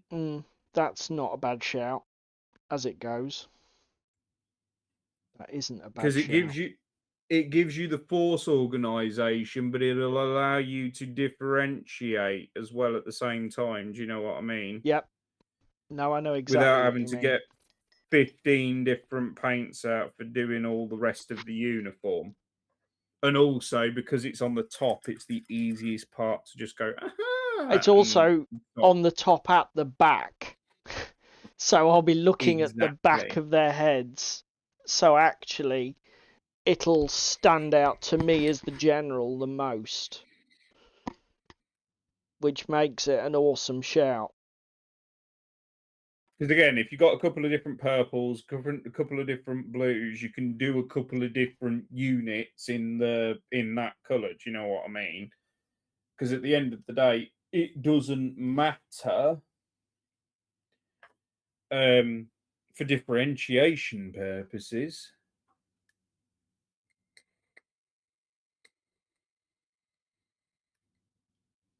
Because to be fair, I was looking, obviously we're going to be homebrewing the rules massively. My gut feeling was just to make all units 3 bases, a Shigeru and Samurai, the same. Yeah. Because obviously... Just have a slightly different count on Samurai bases to Ashigaru bases? Yeah, I mean, the amount of models you put on a base is entirely up to you. Yeah, I could do them with less troop density to show that they're elite. But having looked through the Epic Pike and Shot rulebook, they got example army lists in there for 30 Years War and English Civil. And most of the units are 3 bases, some are 2. Sharkos is saying, did you check those bases out I sent you, Paul? I really like them. Is that on Discord? I don't know. Ask the man that's asking you the question, not fucking me. I'm not your fucking... I ain't your bitch. I ain't your fucking PA. Oh, boys and girls. Yes, I did. And I also saw... Yes, I did, actually. Because, again, it's funny, actually, how... This is something that is quite interesting. So obviously I'm relatively new to this historical shenanigans, guys. Even though I've been playing with toy soldiers for like since first edition 40k and even third edition Warhammer before that, back in the mid 80s. It's amazing Have a good night, how Richard. it's amazing how different the world is for historics. So like Well, actually, there really isn't a ton of detailed information in the Epic Pike and Shot rulebook about basing. It doesn't really, it's like you realise it doesn't matter. It's like it makes no difference. well, again, we were looking for Viking longhouses, weren't we? Yeah, The other night, and we had a bit of a trouble, boys and girls, because we found several that were very like Knights of Rohan and stuff like that, and it's like they're slightly too fancy yeah, for that's true. Pillage and Saga. They're slightly too. They didn't look very convincingly medieval, did they? No. Um, To be fair, though, that guy with all that Roman stuff and the Celtic stuff and the Japanese stuff that we saw that I got these from does deserve a shout. I'll go find him in a minute. if you send me the link, I can put it on the screen for everyone. That's what I'm going to do. I'm just finishing Sweet. this fucking patrician's judge's wig. And I'm just to painting finish this off the in point white I was going to grey. make, the only thing that I will say is that it the problem with it is obviously I had an initial anxiety that I very quickly got over because I've done this before. But I can see why, if this whole thing is new to you, just not having information there is a bit scary. Yeah, I get that because again, I'm very much feel the same about like Billion Suns. Do you know what I mean? Because there's no distinct range.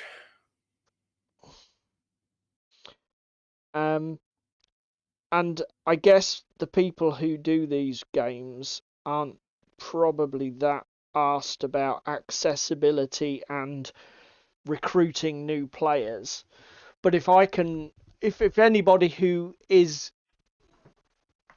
if anybody It's on. who's in the industry ends up watching this by some fluke, it might be worth giving it more thought because, like I say, there's a, It's as intimidating to somebody who's new start. to historicals, obviously I used my Google foo, went on there, found some forums, come across some people discussing it. Like, yeah, no, it doesn't matter. Just, the bases that come for the English Civil War stuff are 60 by 20 or whatever. As long as the units have an approximately similar frontage, so that you're not having wildly different frontages of units on the table, which might give you a tactical advantage. It doesn't matter over much what models are on them, how the bases are set up. Do you know what I mean? Whether you do them as like those interlocking 20 mils like Shakos sent me, or whether you do like single piece 60 mil by 20 bases, or any kind of subunit. But again, that's not in the rulebook. There isn't like half a page dedicated to how to base your army. Actually, to be fair, can I just say something? It is overlooked in a lot of rule books, really. How to base, etc. Like even The only one that I would say isn't is Infinity with your silhouette value, because your silhouette value goes on a certain size base and it is very clear and it is stated. Do you know what I mean? Yeah.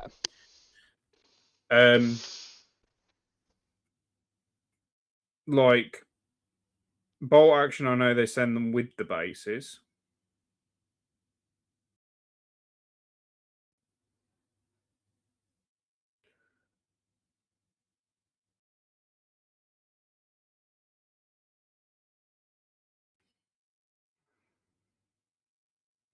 Painting his trousers, smocks has not gone well. But hey, it is what it This is is. the definition of just daubing it on. I have sent the link to you in Discord, mate. Okay, mate. I'll stick that. Oh, that's a point, because you've had a week off work. Yes. Did you do what you said you was going to do and set up a Discord for every fucker? No, I didn't. I did think about it today, actually, but I meant to ask you last night, but I'm a bell end and forgot.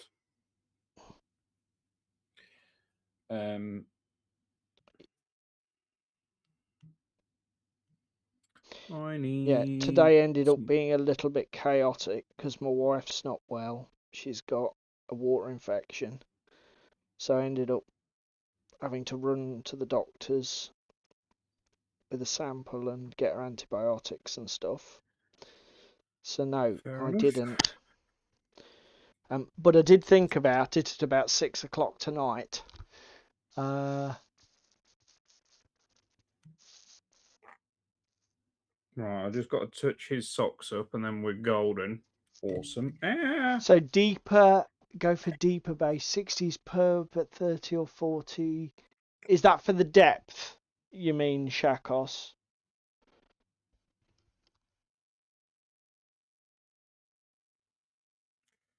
Fuck off. Right.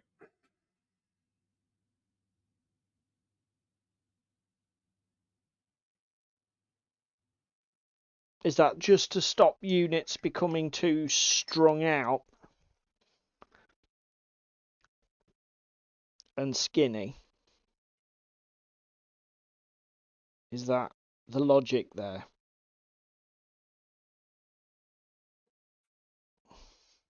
Where did my...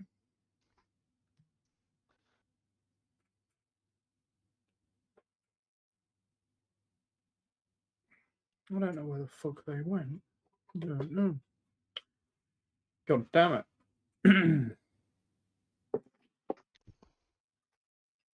Yeah, okay, that's fair. Because to be fair, this is something else. Is like, obviously, a lot of the stuff that's in the Epic Pike and Shot book isn't really that relevant for gaming in Sengoku Jidai, because obviously they didn't use hedgehogs and that sort of thing. The just gives you a bit more base to base up, and you tend to grab the figures less than the base more. That's a shout. Yeah. That's the other thing. I bet you, because people have commented how fragile these pikes are on these Wargames Atlantics. I'll show you when I get my desk cam up, but I tell you what does happen, I'm betting you. All of these pikemen that are leaning out with the pike out at 45 degrees, I bet you they are all broken after about 3 games. Because as you reach down to grab, even if you fold your fingers under to pick them up, you just end up grabbing those, you end up forcing those pikes back, and they're not gonna take it. They're gonna snap. They're all gonna snap. What I might do in future is actually, it's a bit counterintuitive and it doesn't probably look very good, but the guys who have got the angled, I'm going to put them in the back rank, I think, so that they're over the head of the guys in front, and it as if they're lowering their spears to come through the wall. Probably, because as I say, I think it'll just make the bases easier to pick up, because doing them lowered at the front is just going to make it a complete twat, and they're just going to get busted. I can see it happening. Anyway, where are we? You sent me that link on Dixord. Copy link.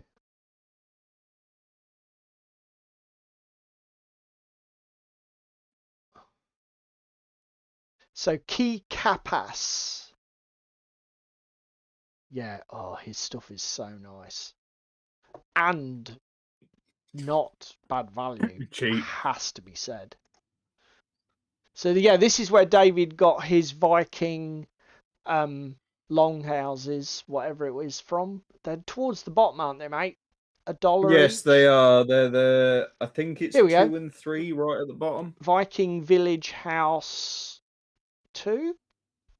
2 and 3. And that one was, I think, one of the ones you got. And number 3, yeah, this is the one with the lean-to. See, that's not bad, because that's two section print, isn't it? It's quite a beefy building, that is. $1. Fucking bargain. But he's got some fantastic stuff in his range. I mean, just show them the Viking war camp that's got them building the boat. There you go, Viking Village ship expansion. There it is. Viking Bit further down to where you were. Village ship expansion. This one. Yeah. Would you like some jetties for pillage and a boat being built, or a sailboat for crossing the river? The jetties are nice.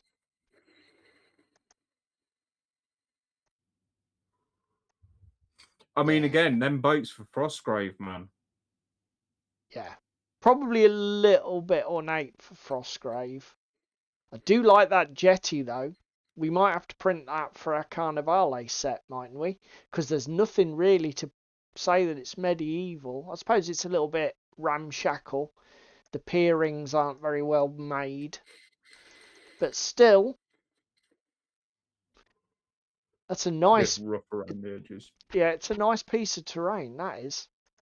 So yeah, that's our shout for that. And there's some nice Roman stuff in there, because everyone likes Roman shit. He got some real weird bits as well, like fucking animals and stuff. The Celtic stuff is a bit weird, but the Roman stuff's really good. The Viking stuff's amazing. The Japanese stuff is just chef's kiss perfect. Yeah. Tell you what, I've just seen in this Japanese village set. Yeah, I know where you're going with this. The boat. Yeah. Printing that as an alternative gondola for when we get the Ronin guy. Here's a question for you. That would be great for bolt action. Oh, this might be my first purchase of 2026. I like the fencing too. Here's a question for you. I really like this. When are you doing a Viking warband for... Not Viking. When are you doing a Japanese warband for Frostgrave? Hadn't thought about it. But now, of course, I have thought about it. That is a great 21 models for 15 quid. Because the other thing I've just had a thought about, is there a silver bayonet setting that's set in Japan yet? Correct us in chat. I don't think so. You've got Egypt. I want to do the Britain one. I've seen Nippon.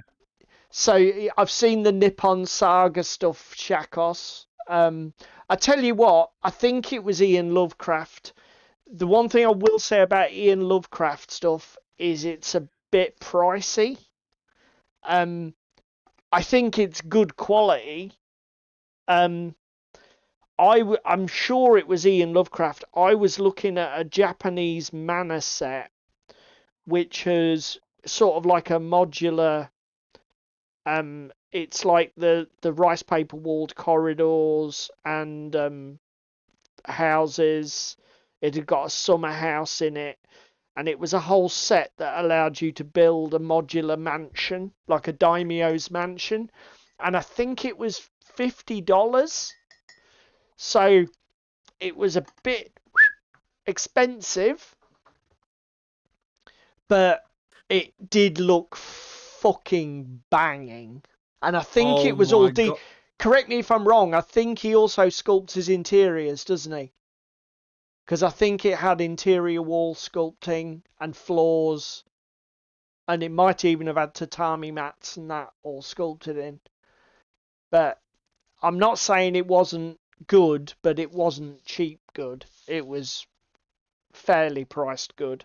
But, you know, Sir, I have seen his I've stuff. just realised something. Yep. Silver Bayonet, the Bones of Britain, Bones of Albion. Yes. It's you versus undead Saxons, Vikings, and Normans. Yes.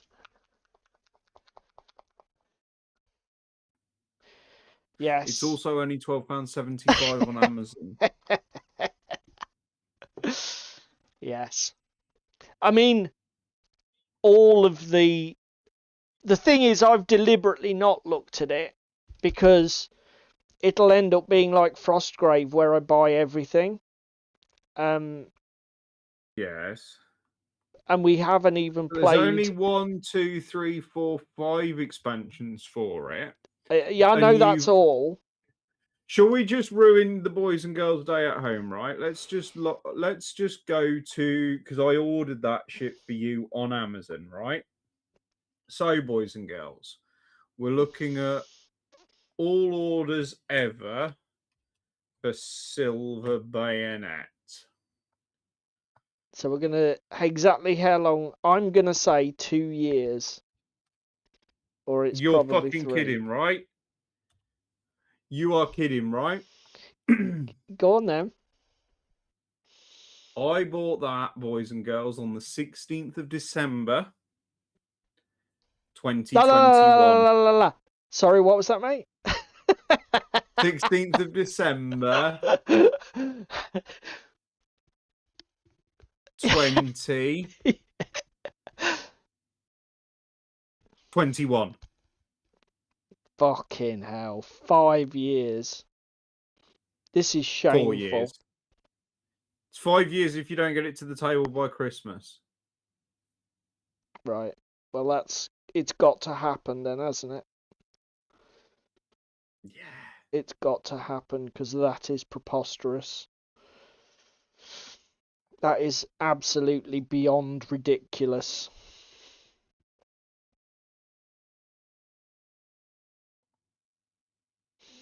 Do we paint hands? Yes, we do. The best thing is, when I bought you that book, it's cheaper than I can currently buy that book for on Amazon. Yeah, I think I've had long enough to actually get it to the table. At this point, I am taking the piss. Oh, I didn't tell you what Rich Sports Club did. I didn't click through it. He's bought Stargrave. Okay. What's he got at the moment? Just the rule book? Just core rulebook for Stargrave. Okay. What games are we doing at UKG, Shakos? Well, it will be Magic the Gathering.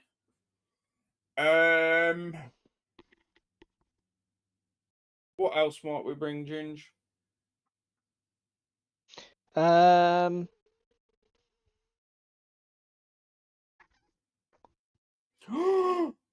just had a thought of what we could do one night. Yep.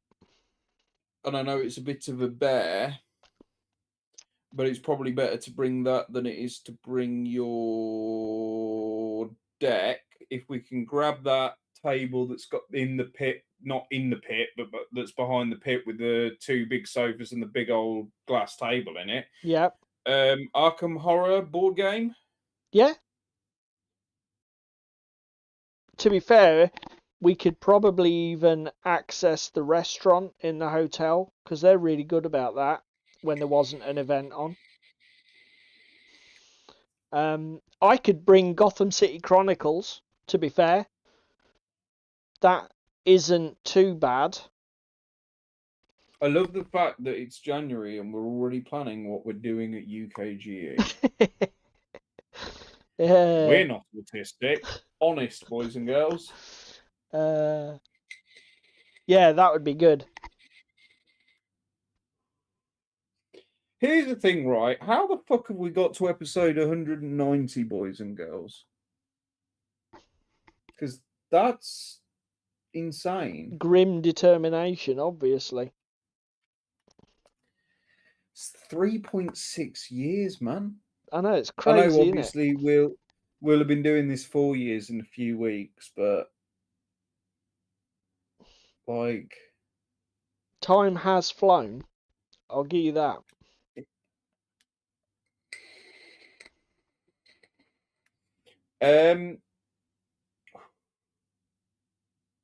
what was the other thing? I'll tell you the other thing. I'm not bringing Voidfall because Voidfall will cause everybody to have a migraine. And that's actually a thing. I want to get some more Voidfall to the table this year because I've played it twice solo since I bought it. And it did cost me £90, and they are doing a new Kickstarter for it shortly. You see, this was what I was thinking. This could be one of the things that we do with our Thursdays that we aren't live streaming, which again, apologies to the audience. It's ridiculously selfish of us, but we could play a lot more board games. Do you know what I mean? Well, you've never played your Mansions of Madness, so yeah. No, never played it. Gotham City Chronicles, I've never played it. You know what right, here's the thing. Spam if you hear, speak up or forever hold your peace. Once we've done this Drowned Earth campaign, Drowned City campaign. Yes. Because we know Spam likes a bit of Carnevale and we know that Spam likes a bit of Cthulhu and we sort of alternate between the two, don't we? Yeah. Shall we roll into Mansions of Madness? Yep. Yeah, we can do that. Then that'll actually encourage you to get the fuck on with it. It will actually. As I have only painted a couple of star spawns so far. Exactly. It then means you will paint and have said stuff done. Right, boys and girls, it's 10:05. Actually, that's we've gone ridiculously quickly. Well, in that case then, let me just show everybody how far I've got, because I'm pretty pleased with how this is going. Do you know what? It's been so long since I've painted epic stuff. What was the last fucking epic thing I painted? It might have been an epic Drop Zone. Oh yeah, Drop Zone. But to be fair, I didn't paint the infantry. I never got my Scourge infantry finished. They're still not finished even now.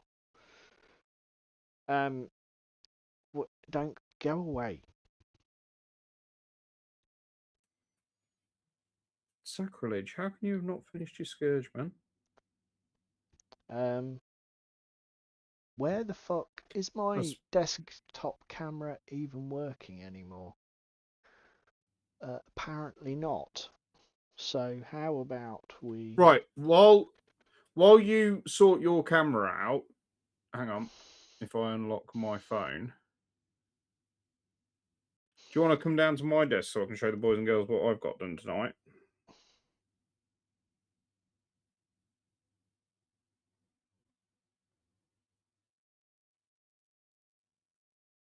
Right, I'm back in. I'm back in, actually. So as I'm back in, I'm just going to quickly do this, because I just had to refresh it. Okay. No, my mouse is buried.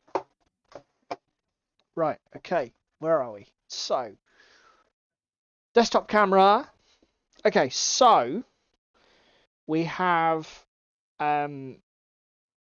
just brown all over, and then we've put khaki on the leggings. And again, basically what I've just done is front and back. I've done the sleeves where they're exposed and not covered by the bamboo. And then I'm going in with Vallejo Dark Flesh, which has got slight yellowish tint to it. Just for that dusky Asian skin colour. And I'm just doing the backs of the hands and the faces. So yeah, I think that that's shaping up pretty good so far. And obviously, where I'm able to reach my brushing on the ends of the rows, I've done the fronts of the legs or the backs. But obviously, if it's in the middle, I'm not asked. But I don't think it's going to matter one jot. Those do look very flat at the minute, but when we get some wash on this, I think it'll pick out enough of the facial detail that will do us. And do you know what else I'm liking about the brown?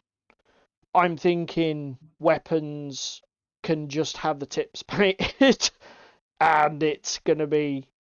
And then we've just got these things on the napes of the neck, the sun drapes or whatever they are, that hang behind the hats. And we're just going to paint them. They should be easy to do. Spam's just piped up. So yeah, Spam's just I'm piped pretty up. She wants pleased. to play some Burrows and Badgers too at some point. I'm pretty pleased with how that's gone.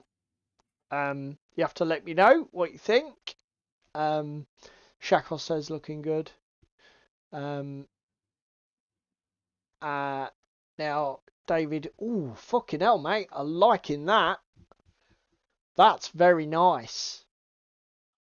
Is that basically finished? Mainly contrast. Yeah, this is finished. That's so we've really done all good. the helmet and everything on them tonight. Washed the orange and washed the trousers. Cool. So we got 4 of them done. Yep. We've got Ratatosk base coated. This little fucking orange squirrel. We have Matey with his purple red. He looks a little bit Dracula-esque. Give him a full I'm spin. not complaining. Give him a full spin. Yeah, no, that red works. Oh, that's cool. It's almost Father we've Christmas. Done a lot of we've redone a lot of skin tones tonight because obviously I did a wash step. We put some kinky rubber gloves and boots on this guy because he likes shrunken heads, and we've painted him ginger because gingers have no souls. And then this guy is now officially. This guy is now officially finished. Cool. I've done his stockings, done his hair. Are those like stitchings on the stockings or what? What? The lower legs, is that stitched design or the black marks? No, that's like creases in them. Okay, that's fine. It's washes and it's the washes and stuff, but just creases. But I didn't want to go like overly ham with it. I wanted them to be a bit dirty. Yeah. I mean, to be fair, they were worse. I've just touched them up sort of here and there everywhere. Good enough, mate. Good enough. Again, just try to do a clean-up step after the wash. So, there you go, guys. If you watch, and then what else? That's about it. If you're watching along later on YouTube, make sure you comment down below to let us know what you were working on while you were watching. Before we go, thank you to everybody who turned up tonight and participated in the chat. I can't believe how quickly that went for 2 hours. That was crazy. And I actually got a hobby done. No, I know. Yeah, go on, mate. What were you going to say? No, carry on. I'm just trying to find something so then I can just speak to the community in a second. I apologise if it's not as entertaining with David and I not having a main topic, but do you know what? There's something nice about getting your hobby done, isn't there? If you can only find time to do one thing, please click the like button. It only literally takes less than a second, but it's an interaction that does help us. If you want to do the other stuff, share with your friends, comment, subscribe to the channel, whatever, then do whatever you want to do for your YouTube. It's your YouTube. Do it. Use it how you want. And with that, we will be back in 2 weeks. No show next week. because we're going to our new fortnightly schedule. Yeah, we're back on the 29th, and the other thing is, boys and girls, the show after the 29th will be when we judge painting competition. Your entries are tiny but mighty. Yes. There is, in the YouTube video description, there is an email address you can send an entry picture to.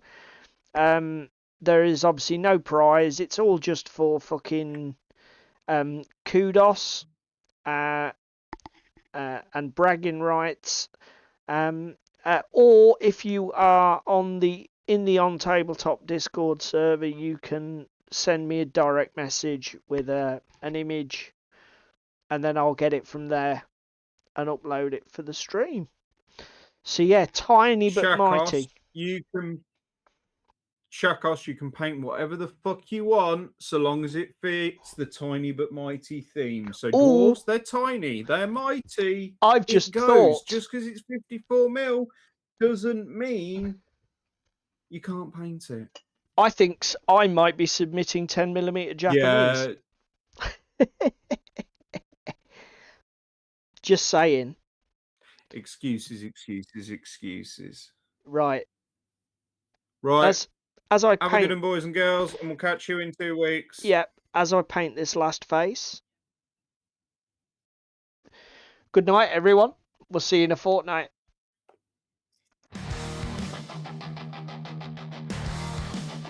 It's another Thursday night.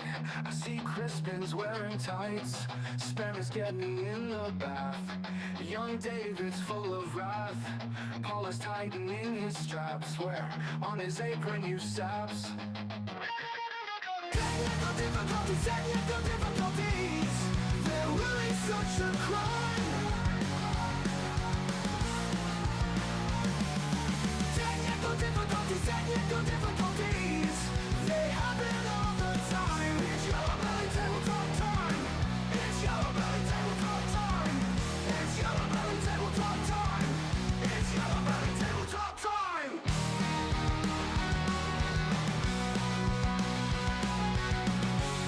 It's Yellowbelly Tabletop time.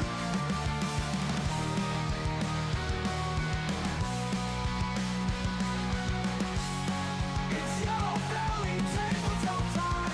It's Yellowbelly Tabletop time.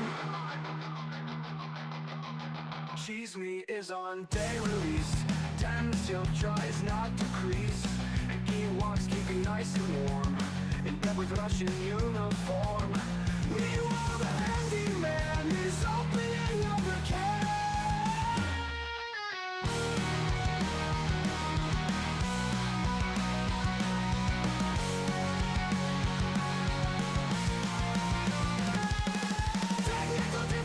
Technical difficulties. They're really such a crime. Technical difficulties. They happen all the time. It's Yellowbelly Tabletop time.